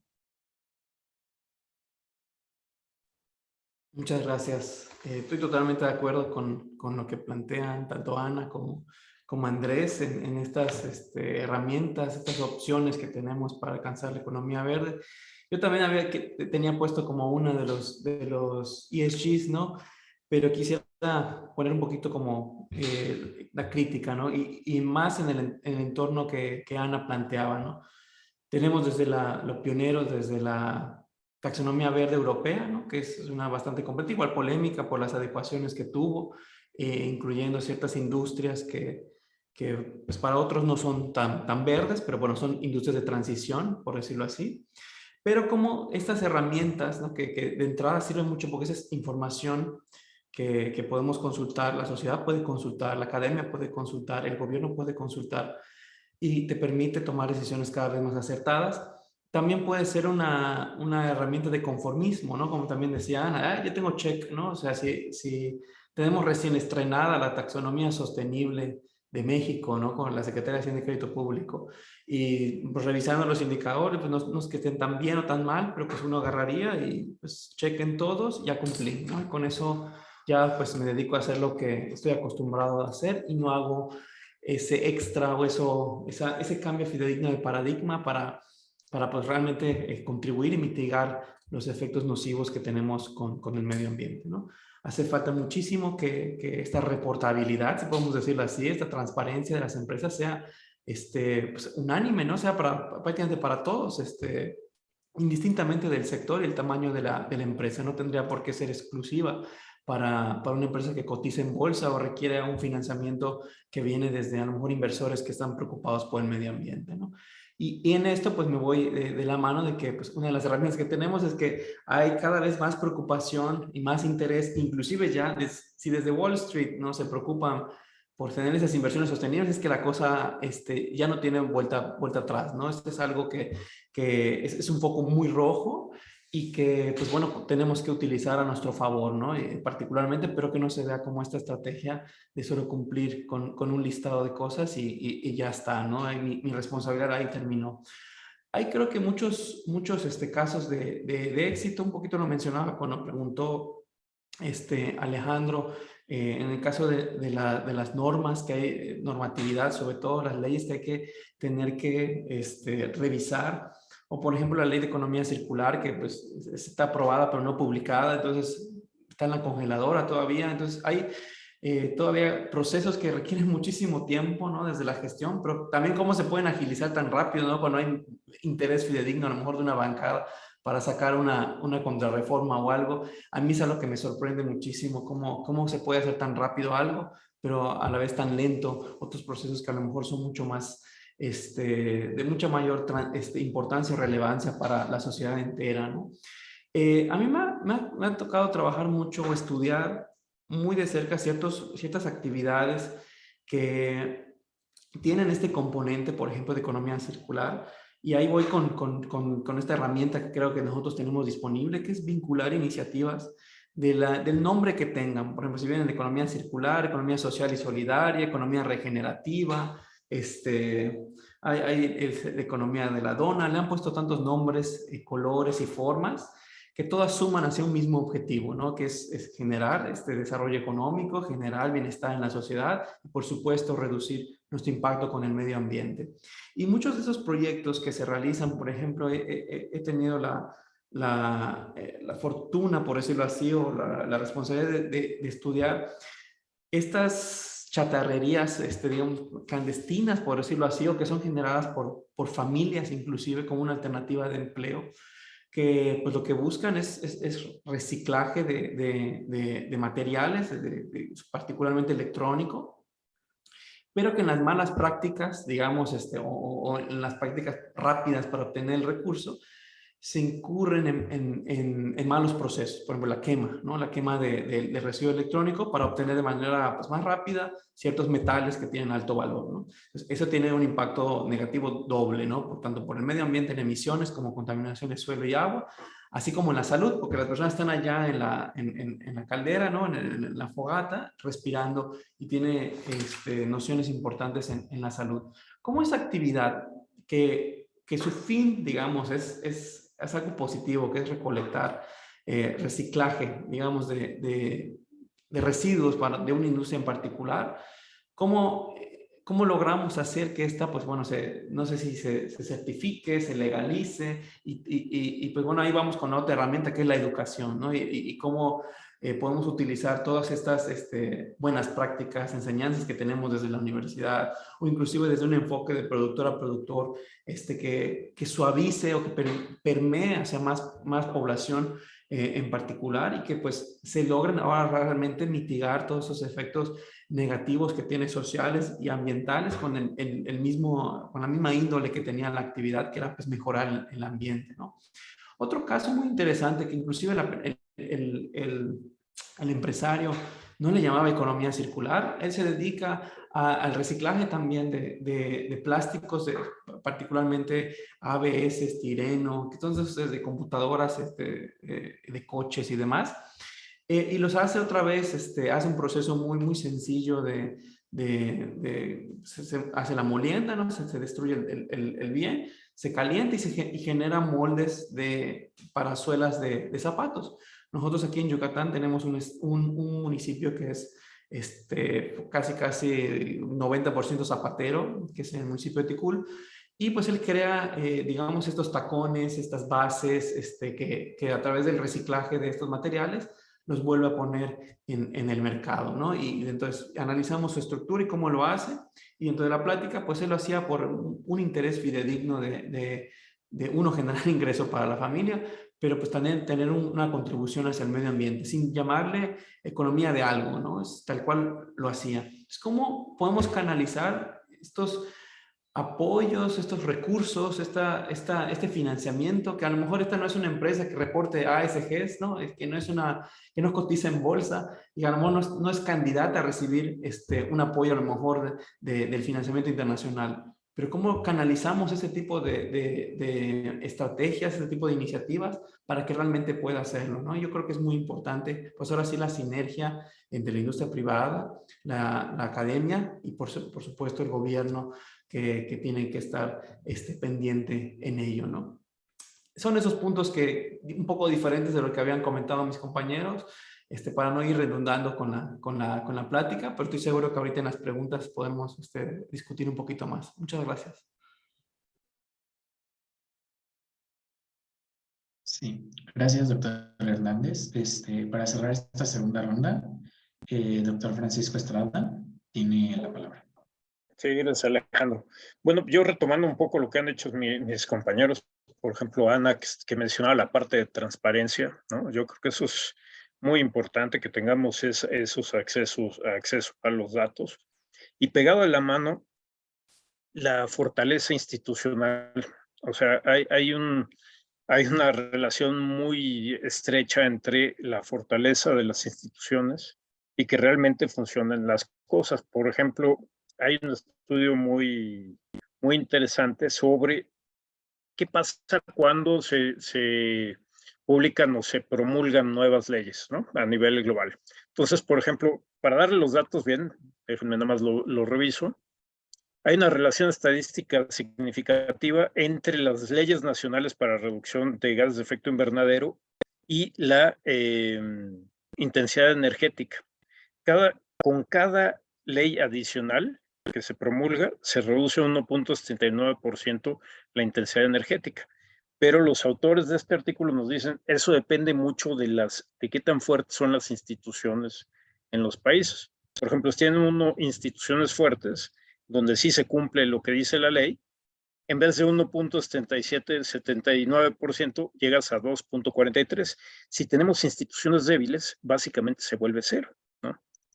Entonces, y eso, digamos, eso lo hemos visto aquí en vivo, digamos. O sea, México tiene, por ejemplo, la Ley General de Cambio Climático, que con quien quieras que lo platiques, es uno de las mejores leyes que hay en el planeta, ¿no? Y sin embargo, no se mueve, ¿no? Tenemos ese pequeño problema, ¿no? Y bueno, uno se empieza a ver por qué pasa eso. Y pues, en parte es la debilidad institucional, en parte es que, por ejemplo, no tiene presupuestos, ¿no? Entonces, ahí, viéndolo como unas oportunidades, digamos, tenemos una oportunidad amplia en la mejora de nuestras instituciones, ¿no? En fortalecer nuestras instituciones. Eso sería beneficioso para el tema ambiental y para el tema que uno quiera, ¿no? La otra cosa que va también muy de la mano es el asunto de la corrupción, ¿no? No conozco algún estudio en particular, pero estoy seguro que las emisiones en países con altos niveles de corrupción son mucho más elevadas que si tuviéramos un país donde no hay esos niveles de corrupción, ¿no? Entonces, esas dos cosas son que se nos olvidan, ¿no? Pero es fundamental, digo, un poquito histórico, ¿no? O sea, hay esta discusión en los economistas de por qué, si uno grafica, por ejemplo, el ingreso per cápita contra la temperatura, ¿no? Resulta que hay una relación inversa, ¿no? Entonces, parecería que a mayor temperatura tenemos menor ingreso per cápita en los distintos países. Y hay varias explicaciones, hay unos que son deterministas, climáticos, que dicen que el clima lo determina todo y pues que ya muy poca gente anda con ese argumento, ¿no? Pero hay otros que dicen, esto tiene que ver con, por ejemplo, cuando las instituciones se forjaron, ¿no? Por ejemplo, en tiempos de colonia. Sí había las condiciones, por ejemplo, climáticas como para que se establecieran bien las colonias, y lograran establecer instituciones, digamos, sólidas, ¿no? ¿Y en qué lugares no? ¿No? Por ejemplo, por enfermedades que tienen que ver con condiciones climáticas como dengue, malaria y todo esto, ¿no? Entonces, digo, nos da una muy clara idea de qué tan importante es esto de la institución, de las instituciones sólidas, como para amplificar o reducir los impactos que podríamos tener con cambio climático o con cualquier otra cosa, ¿no? Entonces, bueno, yo no quito más tiempo para que podamos seguir platicando y, bueno, pues gracias.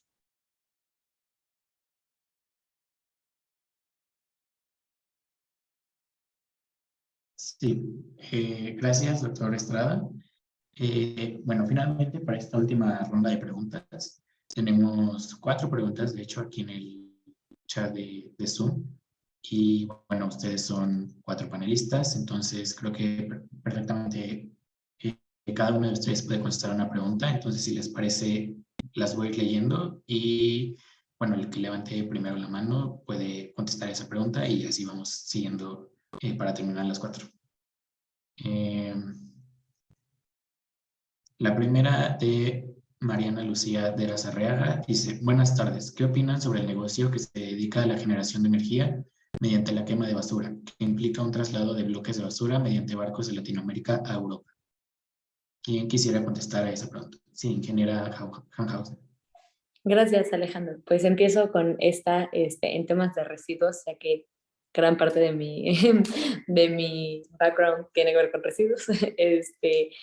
Pues bien, la verdad es que es un tema controversial. Creo que también, como todos los temas, dependiendo de dónde lo ves, puedes tener una perspectiva diferente, ¿no? Así como existe esta foto de que alguien de un lado dice que son 6 y alguien del otro dice que son 9, pero lo que sí es muy claro es que entre muchos países, el tema de la importación y exportación de residuos muchas veces no se le da la gran relevancia que tiene, ¿no? Un país, sobre todo países muy desarrollados, llegan a decir que el porcentaje de basura que manejan es mucho más alto porque su estrategia de manejo de residuos es enviarlos a un país para que se maneje ahí. Pero normalmente a los países a los que se llevan son países que no tienen suficiente infraestructura para manejar estos residuos, es decir, no cuentan con suficiente instalación para tratar todo lo que les está llegando. Y además, si se evalúa el riesgo de que los residuos lleguen a ecosistemas, acaban llegando a países donde hay más riesgo, ¿no? Existen estos números donde dicen, no sé, por ejemplo, el riesgo que un residuo llegue al mar en un país tal vez europeo, no sé, pensamos en Alemania, puede ser menor que el riesgo de que un residuo llegue al océano en Indonesia, ¿no? Por la misma gestión que se lleva a cabo. Entonces, me gustó que en esa segunda parte de la pregunta mencioné esta parte de la importación, la exportación de residuos, porque no me parece que debería de considerarse como parte de un manejo adecuado de residuos, ¿no? Es como si viéramos una responsabilidad extendida del productor, pero a nivel país, ¿no? Que verdaderamente no, porque ahora la basura de cierto país está en otro, significa que ya no es suya. Y ahora sí, abordando específicamente la pregunta de la quema, la verdad es que es interesante porque tiene diferentes partes, es lo que decía, ¿no? Por un lado, tiene un rol en reducir el volumen de residuos que entran a los tiraderos. Sin embargo, eso no quiere decir que sea del todo una solución correcta, porque al final, sobre todo con los residuos que son revalorizables, tú los estás convirtiendo únicamente en energía que además pues puede generar emisiones de varios diferentes tipos, cuando podrías estar usando estos recursos para volver a producir nuevos productos, ¿no? Entonces a mí me parece que una solución mucho más completa es primero mantener dentro de la economía circular, ¿no? Dentro de circulación los materiales el más tiempo posible, en vez de únicamente enfocarnos en esta solución, por así decirle, de quemar la basura.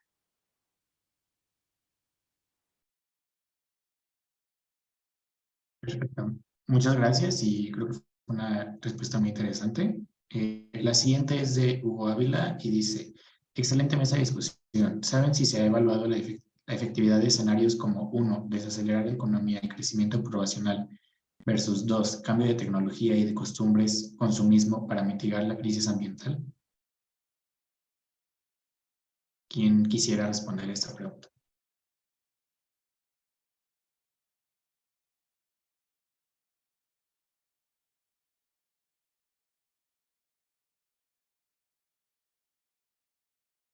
Sí, doctor Andrés Flores.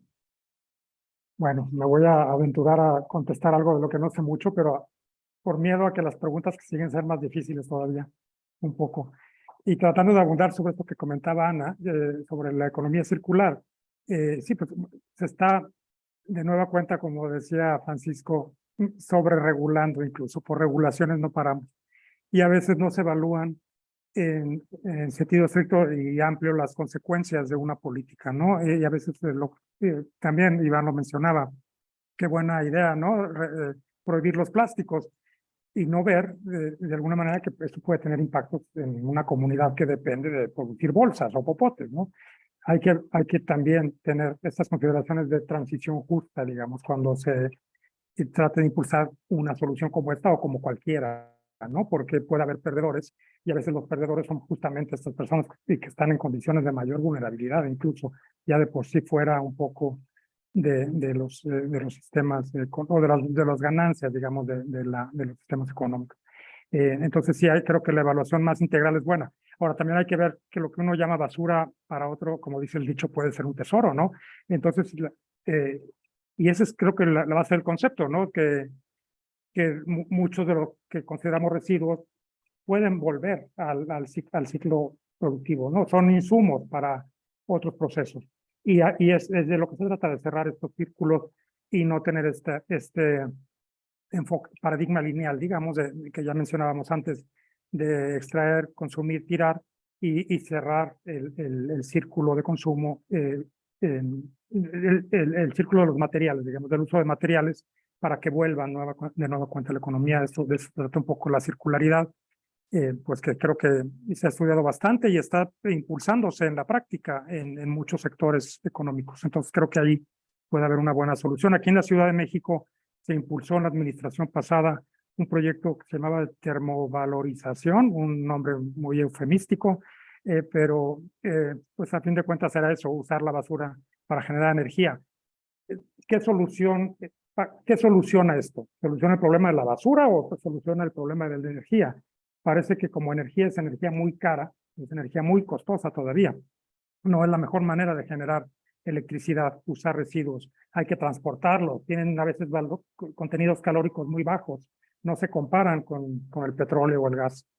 Entonces, pues no es una solución para tener energía. Es una solución para darle salida al tema de los residuos. En un país como México, donde tenemos tanta tierra, tanto territorio, a lo mejor no es la solución como puede ser para un país como Japón, donde la tierra es tan escasa y tan cara. Entonces también hay que ver contextos locales, ¿no? Es a lo que voy un poco. No digo que no sea bueno hacerlo. Ahora, la incineración en sí misma hay que pensar que es la mejor solución. Pero bueno, tiene muchas aristas, como muchos de estos temas, y no es tan straightforward, ¿no? Nunca. Pero sí, nada más es alertarles de que tomen en consideración todas estas posibles variables. Muchos de ustedes están haciendo tesis, investigaciones, pensando en preguntas de investigación. Aquí seguramente ya han salido bastantes. Esta última que decía Francisco sobre los temas de determinismo geográfico, por ejemplo, está muy interesante, incluso entre regiones aquí en México, que el norte siempre ha sido bastante más desarrollado que el sur, y uno cree que es porque la gente es más trabajadora y el clima ayuda, pero pues habría que realmente investigarlo con más seriedad. Bueno, yendo a esta última pregunta, ya lo tocábamos un poco. No todo está en la tecnología. El IPCC, pues lo que hace es revisar la literatura. Ellos no crean más conocimiento, o poco, digamos, crean, pero sí hacen una compilación, una revisión muy exhaustiva de toda la literatura que se ha producido en el periodo entre un reporte y otro. Tiene una evaluación, y por ahí hay algunos gráficos en los informes de evaluación sobre qué tanto de la solución cae en lo tecnológico y qué tanto cae en los cambios de conducta. Y estaba buscando ahorita la gráfica, no la encontré en estos segundos que tuve para medio prepararme para responder, pero por ahí la van a encontrar, y si la encuentro se los mando, pero es un porcentaje alto. Yo me acuerdo, digo poco con eso, pero por ahí lo van a ver y van a sorprenderse de que buena parte de la solución está en los cambios de comportamiento, en los cambios de conducta. Ahora, ¿por qué se generan esos cambios de conducta? no es puramente porque la gente se vuelva más consciente. Hay muchos incentivos para que lo que ocurra. Creo que la política pública, como se señalaba también, Francisco fue muy insistente en eso, tener una política pública clara, coherente, consistente en el tiempo, que no en una administración sea de una y otra, en la que sigue sea una opuesta. Y creo que eso da una señal para que las conductas cambien, ¿no? Porque estamos forzados de alguna manera. Y hay también incentivos económicos y hay malos y buenos, digamos, hay beneficios también de cambiar nuestra conducta, porque pues, si cambiamos a pocos ahorradores, vamos a ver que se baja el consumo de electricidad, por ejemplo. Entonces, hay muchas maneras de hacerlo, pero sí, el cambio de conducta creo que es algo en lo que recae buena parte estos cambios de comportamiento. Y hay ahora una disciplina de economía del comportamiento, ciencia del comportamiento, que está analizando cómo empujar estos cambios para que la gente deje de usar, por ejemplo, automóviles individuales, porque pues, son símbolo de estatus, por ejemplo, y se mueva a otros modos de transporte más sustentables, por dar un ejemplo. Gracias. Sí, muchas gracias, doctora Flores. La siguiente pregunta es de Alejandra Chang y dice, considero que hay un desacoplamiento entre los actuales planes de estudio de diferentes disciplinas clave a nivel licenciatura que se necesitan para la transición y las necesidades actuales de generar conocimiento para la toma de decisiones. En ese sentido, ¿qué papel juegan las universidades para generar el conocimiento necesario para que los egresados lleven a cabo acciones que garanticen la transición y que se genere el conocimiento local necesario? Me parece que el doctor Iván Hernández levantó primero la mano. ¿Quién me la ganaste? Entonces, En esta tónica que decía Andrés, que las preguntas vienen más difíciles, ¿no?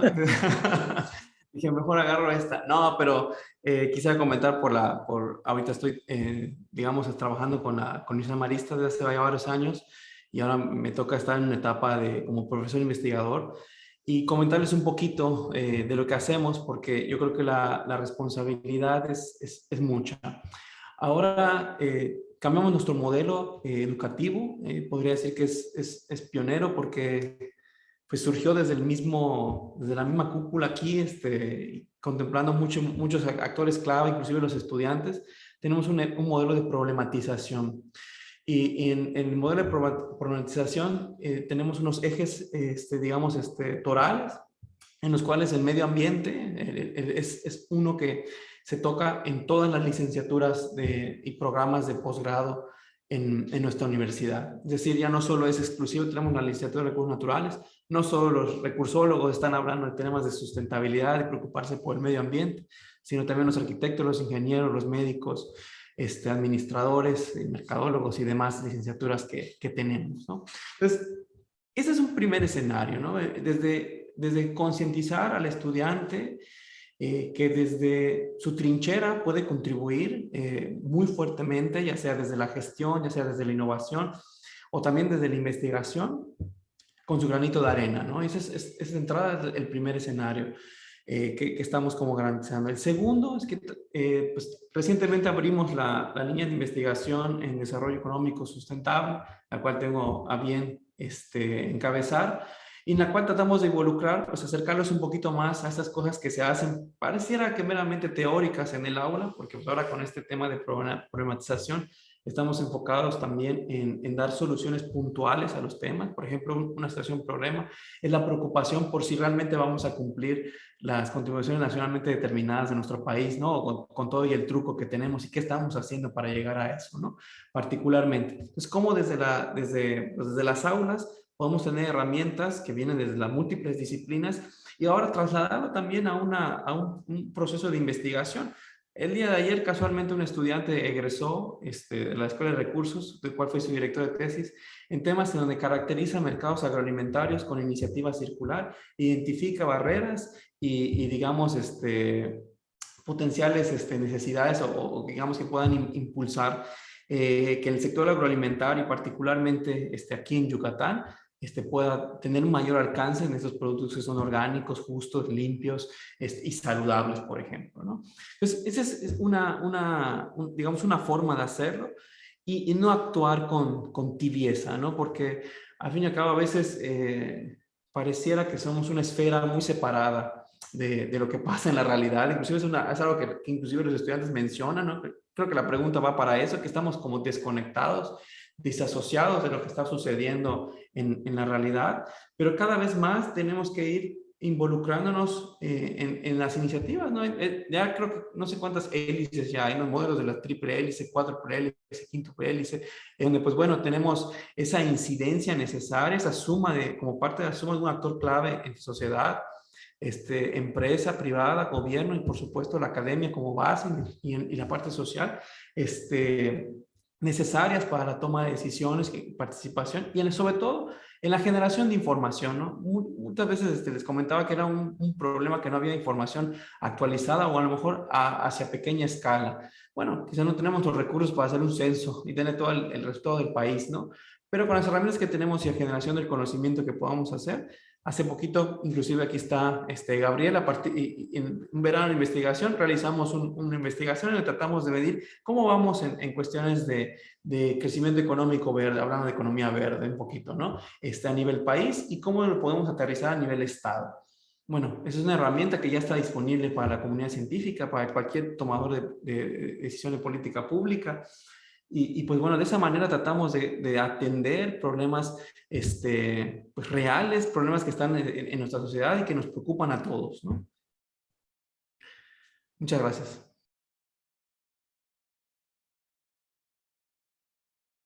Sí, gracias, doctor Hernández. Nos fueron llegando más preguntas. Las siguientes dos son de la misma persona que formuló la pasada, de Alejandra Chang. Entonces, en aras de lograr una participación más diversa, voy a pasar a la siguiente, que es de José Callejas. Y él dice, ¿creen que deberíamos subsidiar los productos más verdes y grabar o eliminar los subsidios de las cosas que dañan el medio ambiente? Si lo hacemos, ¿cómo nos aseguramos de no perjudicar a los pobres clase media? Creo que sí, doctor Francisco Estrada es el único que no ha respondido. Creo que ya me tocaba de cualquier manera. Levanto la mano muy valiente. Pues mira, todo este tipo de problemas ambientales, digo, si uno lo ve como economista, que no sabía, pero creo que básicamente aquí estamos un montón de economistas, pues es el problema de internalizar una externalidad, ¿no? Entonces, esa es, digamos, la manera más limpia desde el punto de vista de la economía de solucionar el problema, por lo menos visto desde un punto, digamos, más clásico de cómo acercarse a este problema, ¿no? Entonces, sí, yo creo que sí, evidentemente habría que ver cómo tiene que ir acompañado ese tipo de, por ejemplo, un impuesto al carbón. ¿Cómo lo vamos a hacer para precisamente poder atenuar los impactos, digamos, en cuestiones de desigualdad que pueda esto generar, ¿no? Pero volvemos un poco a lo mismo. Tenemos que tener bien entendido muchas cosas que todavía no están tan claras, ¿no? Hay muchísimas partes de la investigación que están faltando, ¿no? Ahí había una de las preguntas de Alejandra Chang que rescato un poquito, que es la entrada, digamos, del sector financiero a esta discusión. Ya hemos hablado aquí varias cosas relacionadas, pero digamos, a mí me ha tocado estar de cerca trabajando con el Banco de México en, digamos, lo que es los riesgos de transición, que es básicamente lo que hemos estado platicando aquí, y los riesgos físicos, ¿no? Y cuando uno empieza a ver las necesidades de información que ellos tienen para poder realmente actuar y para poder hacer estas evaluaciones de cómo puede cambiar su cartera y cuál es la probabilidad de default y todo este tipo de cosas, yo lo veo con excelentes ojos, porque primero es un sector muy acostumbrado a este tipo, regresando a la pregunta, ¿no? A cómo diseñar este tipo de instrumentos y cómo tratar de paliar sus efectos negativos. Y que tiene ahora un gran empuje por las regulaciones que ya están empezando y que se van a poner cada vez más estrictas, ¿no? En el sector financiero, y tienen un hambre por generar los datos, por generar la información, que creo que nos va a ayudar, digamos, a todos en cuanto a pues, tener, por ejemplo, la información suficiente sobre los riesgos físicos, los de transición, cómo se combinan, ¿cuál es el riesgo? Digamos, una de las cosas que a ellos les interesa mucho es la parte muy desagregada, ¿no? O sea, tanto de sectores como espacialmente, y cómo al mismo tiempo estudiando, por ejemplo, cuál es el precio del carbono que se necesita tener y todo esto. Entonces, volviendo a la pregunta, creo que sí, la respuesta es sí. Yo considero que esos instrumentos son muy eficientes y sí se deben de instrumentar o por lo menos analizar a fondo, pero necesitamos ahí la experiencia de otros sectores como el financiero, como digamos Hacienda, para el diseño y para minimizar los impactos que esto pueda tener. Gracias. Bien, gracias, doctora Estrada. Creo que tenemos tiempo para una última pregunta y es de Jessica Tornel.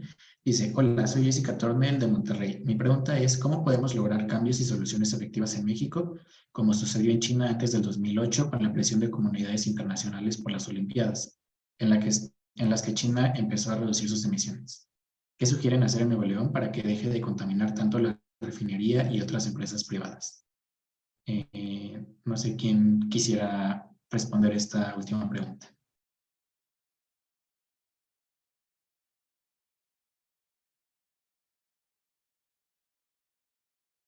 Sí, ingeniera Juan Carlos. Bueno, voy a ser muy breve porque no sé si alguien más también quiere agregar algo. Están muy buenas sus preguntas, sí, sí me están poniendo a pensar mucho, la verdad. Abordándolo desde un lado, o sea, más que irme por lo técnico, me voy a ir un poco más como por este aspecto más activista, ¿no? Creo que esto que estuvimos diciendo a lo largo del webinar de cómo alzar nuestra voz, sí puede tener un gran impacto, ¿no? Como mencionas, de hecho yo no sabía esto de China, está muy interesante el dato, pero como mencionas, vino por parte de que se ejerció suficiente presión para que se causara ese cambio, ¿no? Entonces creo que alzar de manera conjunta la voz, que sé que lo han estado haciendo mucho, he visto muchas campañas en redes que se están llevando a cabo en Monterrey, y creo que por parte del resto del país y hasta de países cercanos también queda de nuestro lado solidarizarnos con la causa y entender que va a ser algo con gran impacto. Entonces, ¿cómo podemos sumarnos a que suceda, no? ¿Cómo podemos nosotros también meter presión, aunque no necesariamente seamos ciudadanos de Monterrey, para que, o de Nuevo León, pues, para que verdaderamente sucedan estos cambios que van a beneficiar no solo a la población cercana por temas de la calidad del aire, sino que van a poder mover la aguja cuando hablamos de temas de cambio climático, ¿no? Entonces, digo, una perspectiva tal vez un poco más activista, pero dejo igual por si alguien más quiere hablar desde un punto más tecnológico.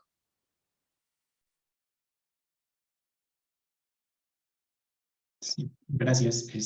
No sé si, sí, doctor Iván Hernández. Sí, bueno, no estoy muy familiar, bueno, salvo las noticias que se escuchan, ¿no? Porque pues ahora sí que a mí me toca vivir en la parte sureste del país, pero yo retomo algo que mencionó Andrés, ¿no? Que es la coherencia en la política pública, ¿no? Para tener éxito, yo creo que eso es algo fundamental. Pareciera que el discurso federal al inicio, ¿no? del gobierno con respecto a las energías renovables, y si hablamos de esa transición particularmente, ¿no? Como un componente no único de la economía verde, era, pues en contra, ¿no? Era un discurso muy negativo, muy agresivo hacia esto, lo cual pues trajo serias consecuencias, ¿no? Importantes en materia de lo que se había avanzado, porque también hay implementaciones que se han hecho de manera inadecuada, ¿no? No solo por pues, tener la bandera verde, significa que estos beneficios se van a trasladar a la sociedad, y hay múltiples conflictos sociales o psicológicos derivados de proyectos que vienen de energías renovables en nuestro país, ¿no? Particularmente. Pero ahora pareciera, ¿no? Creo que en la COP27 dijeron que no, que pues, se van a comprometer a tener una política que va a eliminar las emisiones y se va a comprometer, ¿no? En el caso de Pemex particularmente, cuando vemos luego que pues, prácticamente el gasto público se ha concentrado únicamente en 2 proyectos, ¿no? Y se ha dedicado muchísimo hacia la inversión en combustibles fósiles todavía.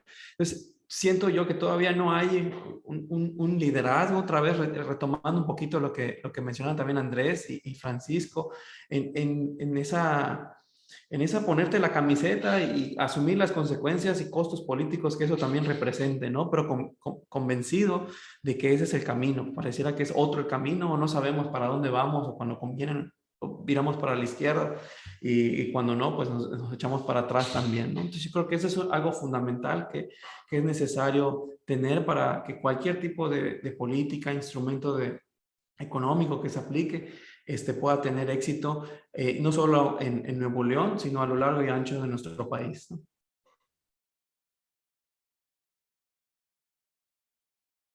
Gracias. Sí, doctor Andrés Flores. Yo, bueno, sé que queda poco tiempo, pero tratando de abundar sobre este punto, China todavía es el principal emisor de gases de efecto invernadero, tiene 28% de las emisiones globales, ya superó, ya es el doble de los que tiene Estados Unidos, que se ha descarbonizado bastante más rápido, digamos, relativamente. Claro, siempre argumentan que hay que hacer emisiones per cápita, ¿no? Porque ellos son muchos más que los de Estados Unidos, además de que muchas de estas emisiones están embedidas, no sé si es un verbo en español, pero son parte de los productos que China le manda, que exporta al mundo. Y a ver, ¿a quién le cargamos esa cuenta? ¿A ellos que tienen las fábricas o a nosotros que consumimos los iPhones, ¿no? Esa es una pregunta siempre que hay que hacerse. Pero en todo caso, China creo que lo que vio es la oportunidad. En muchos temas los han presionado mucho y parecen muy resistentes a las presiones internacionales, en temas de derechos humanos, por ejemplo, y no parece que haga mella la presión internacional. Creo que en temas ambientales, pues todo lo que esté ligado a temas como el comercio, de otra manera es difícil que se pueda ejercer presión, porque la mayoría de los acuerdos multilaterales no son vinculantes para los países, ¿no? Y eso pasa en clima también. Pero China sí me parece igual que la India, países en desarrollo vieron oportunidades económicas alrededor, por ejemplo, de la industria de los autos eléctricos, o la India en paneles solares, ¿no? Y ahora son los países que dominan esos mercados y están obteniendo beneficios económicos de haber sido los primeros, ¿no? En transitar y haber impulsado y a lo mejor subsidiado. Seguro ahí el subsidio hacía sentido porque estábamos muy pronto en la curva tecnológica, en la curva de aprendizaje, entonces todavía era muy costoso, pero ahora, cuando ya son competitivas esas tecnologías a costos de mercado, pues están ellos posicionados en un lugar en el que pues son los líderes en el mercado mundial en esos productos.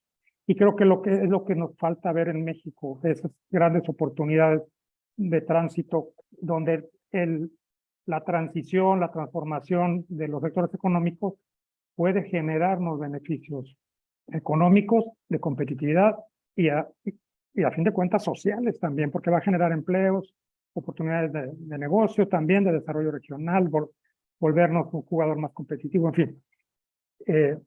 Creo que por ahí también va parte de la respuesta, no solo es el tema de la presión, me parece, no sé qué pasó en esta historia de las Olimpiadas, seguro en estos casos pues también se vuelve más visible lo que ocurre dentro de un país, ¿no? Entonces, y a China seguro le preocupaba el tema de derechos humanos, pero hay que ver si realmente el factor determinante, en el caso al menos de lo que tiene que ver con lo que estamos platicando hoy, fue esa presión o fueron otros, o la combinación de varios, ¿no? Seguramente siempre hay más de un factor que juega, ¿no? Gracias.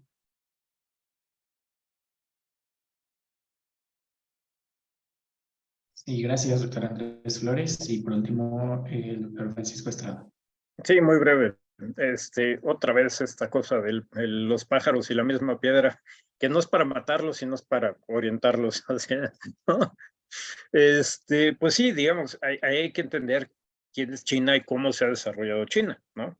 El desarrollo de China está íntimamente ligado con el desarrollo de la tecnología, de la ciencia y de ir creando capacidades al interior de su país, ¿no? Entonces, pues si logra juntar dos cosas que lo hacen quedar bien en la opinión pública y además, como perfectamente dice Andrés, pues le deja servido todo un mercado, pero eso es lo que es un poco dramático, porque no se pueden aprovechar esas oportunidades tan grandes si uno no ha tenido o si no está dispuesto a hacer una inversión de largo plazo en poder construir estas cosas. O sea, no voy a entrar mucho en polémica, pero digamos, si el instituto, digamos, no instituto, el Consejo de Ciencia de un país ve como oportunidad de desarrollo crear una industria de ventiladores mecánicos en una pandemia que va a durar esto y que además, pues antes de que estén los ventiladores mecánicos disponibles, ya se acabó la pandemia, pues estamos en problemas, ¿no? Y eso responde también a lo que hemos logrado en términos de invertir en ciencia y tecnología. China tiene la capacidad de entrar a un nuevo mercado, de desarrollarlo y de esto, porque ya hizo la tarea, ¿no? Y la hizo muy sólido, como también lo ha hecho, por ejemplo, Corea del Sur, etcétera, etcétera, ¿no? Que si uno ve los ingresos per cápita en los últimos 40 años, uno va a querer llorar, ¿no? Entonces, esto es una cosa muy importante y a lo mejor es una de las herramientas y una de las barreras, depende cómo uno lo quiera ver, ¿no? Pero esta visión de corto plazo, esta visión limitada es lo que nos trae por la calle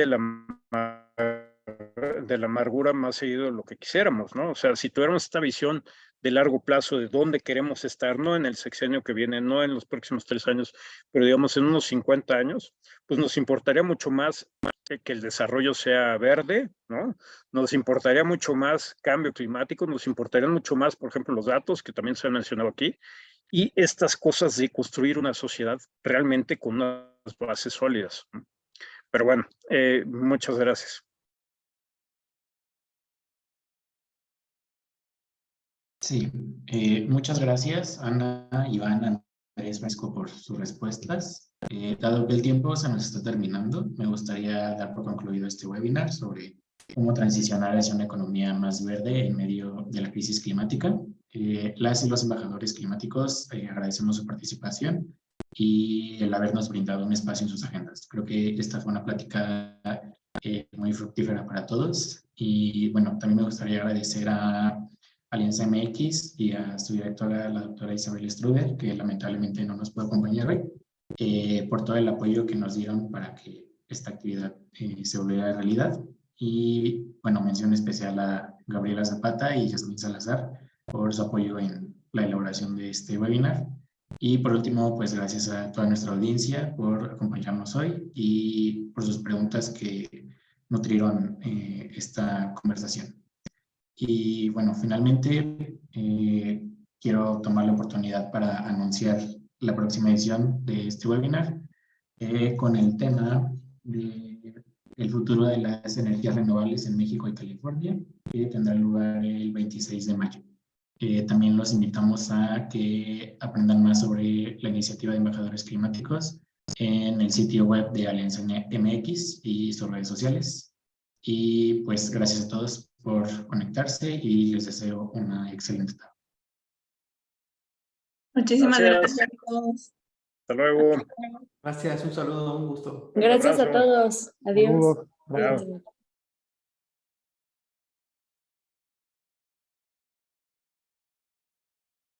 Muy bien, felicidades. Acabamos. Hasta luego. Sí, muchas gracias. Hasta luego.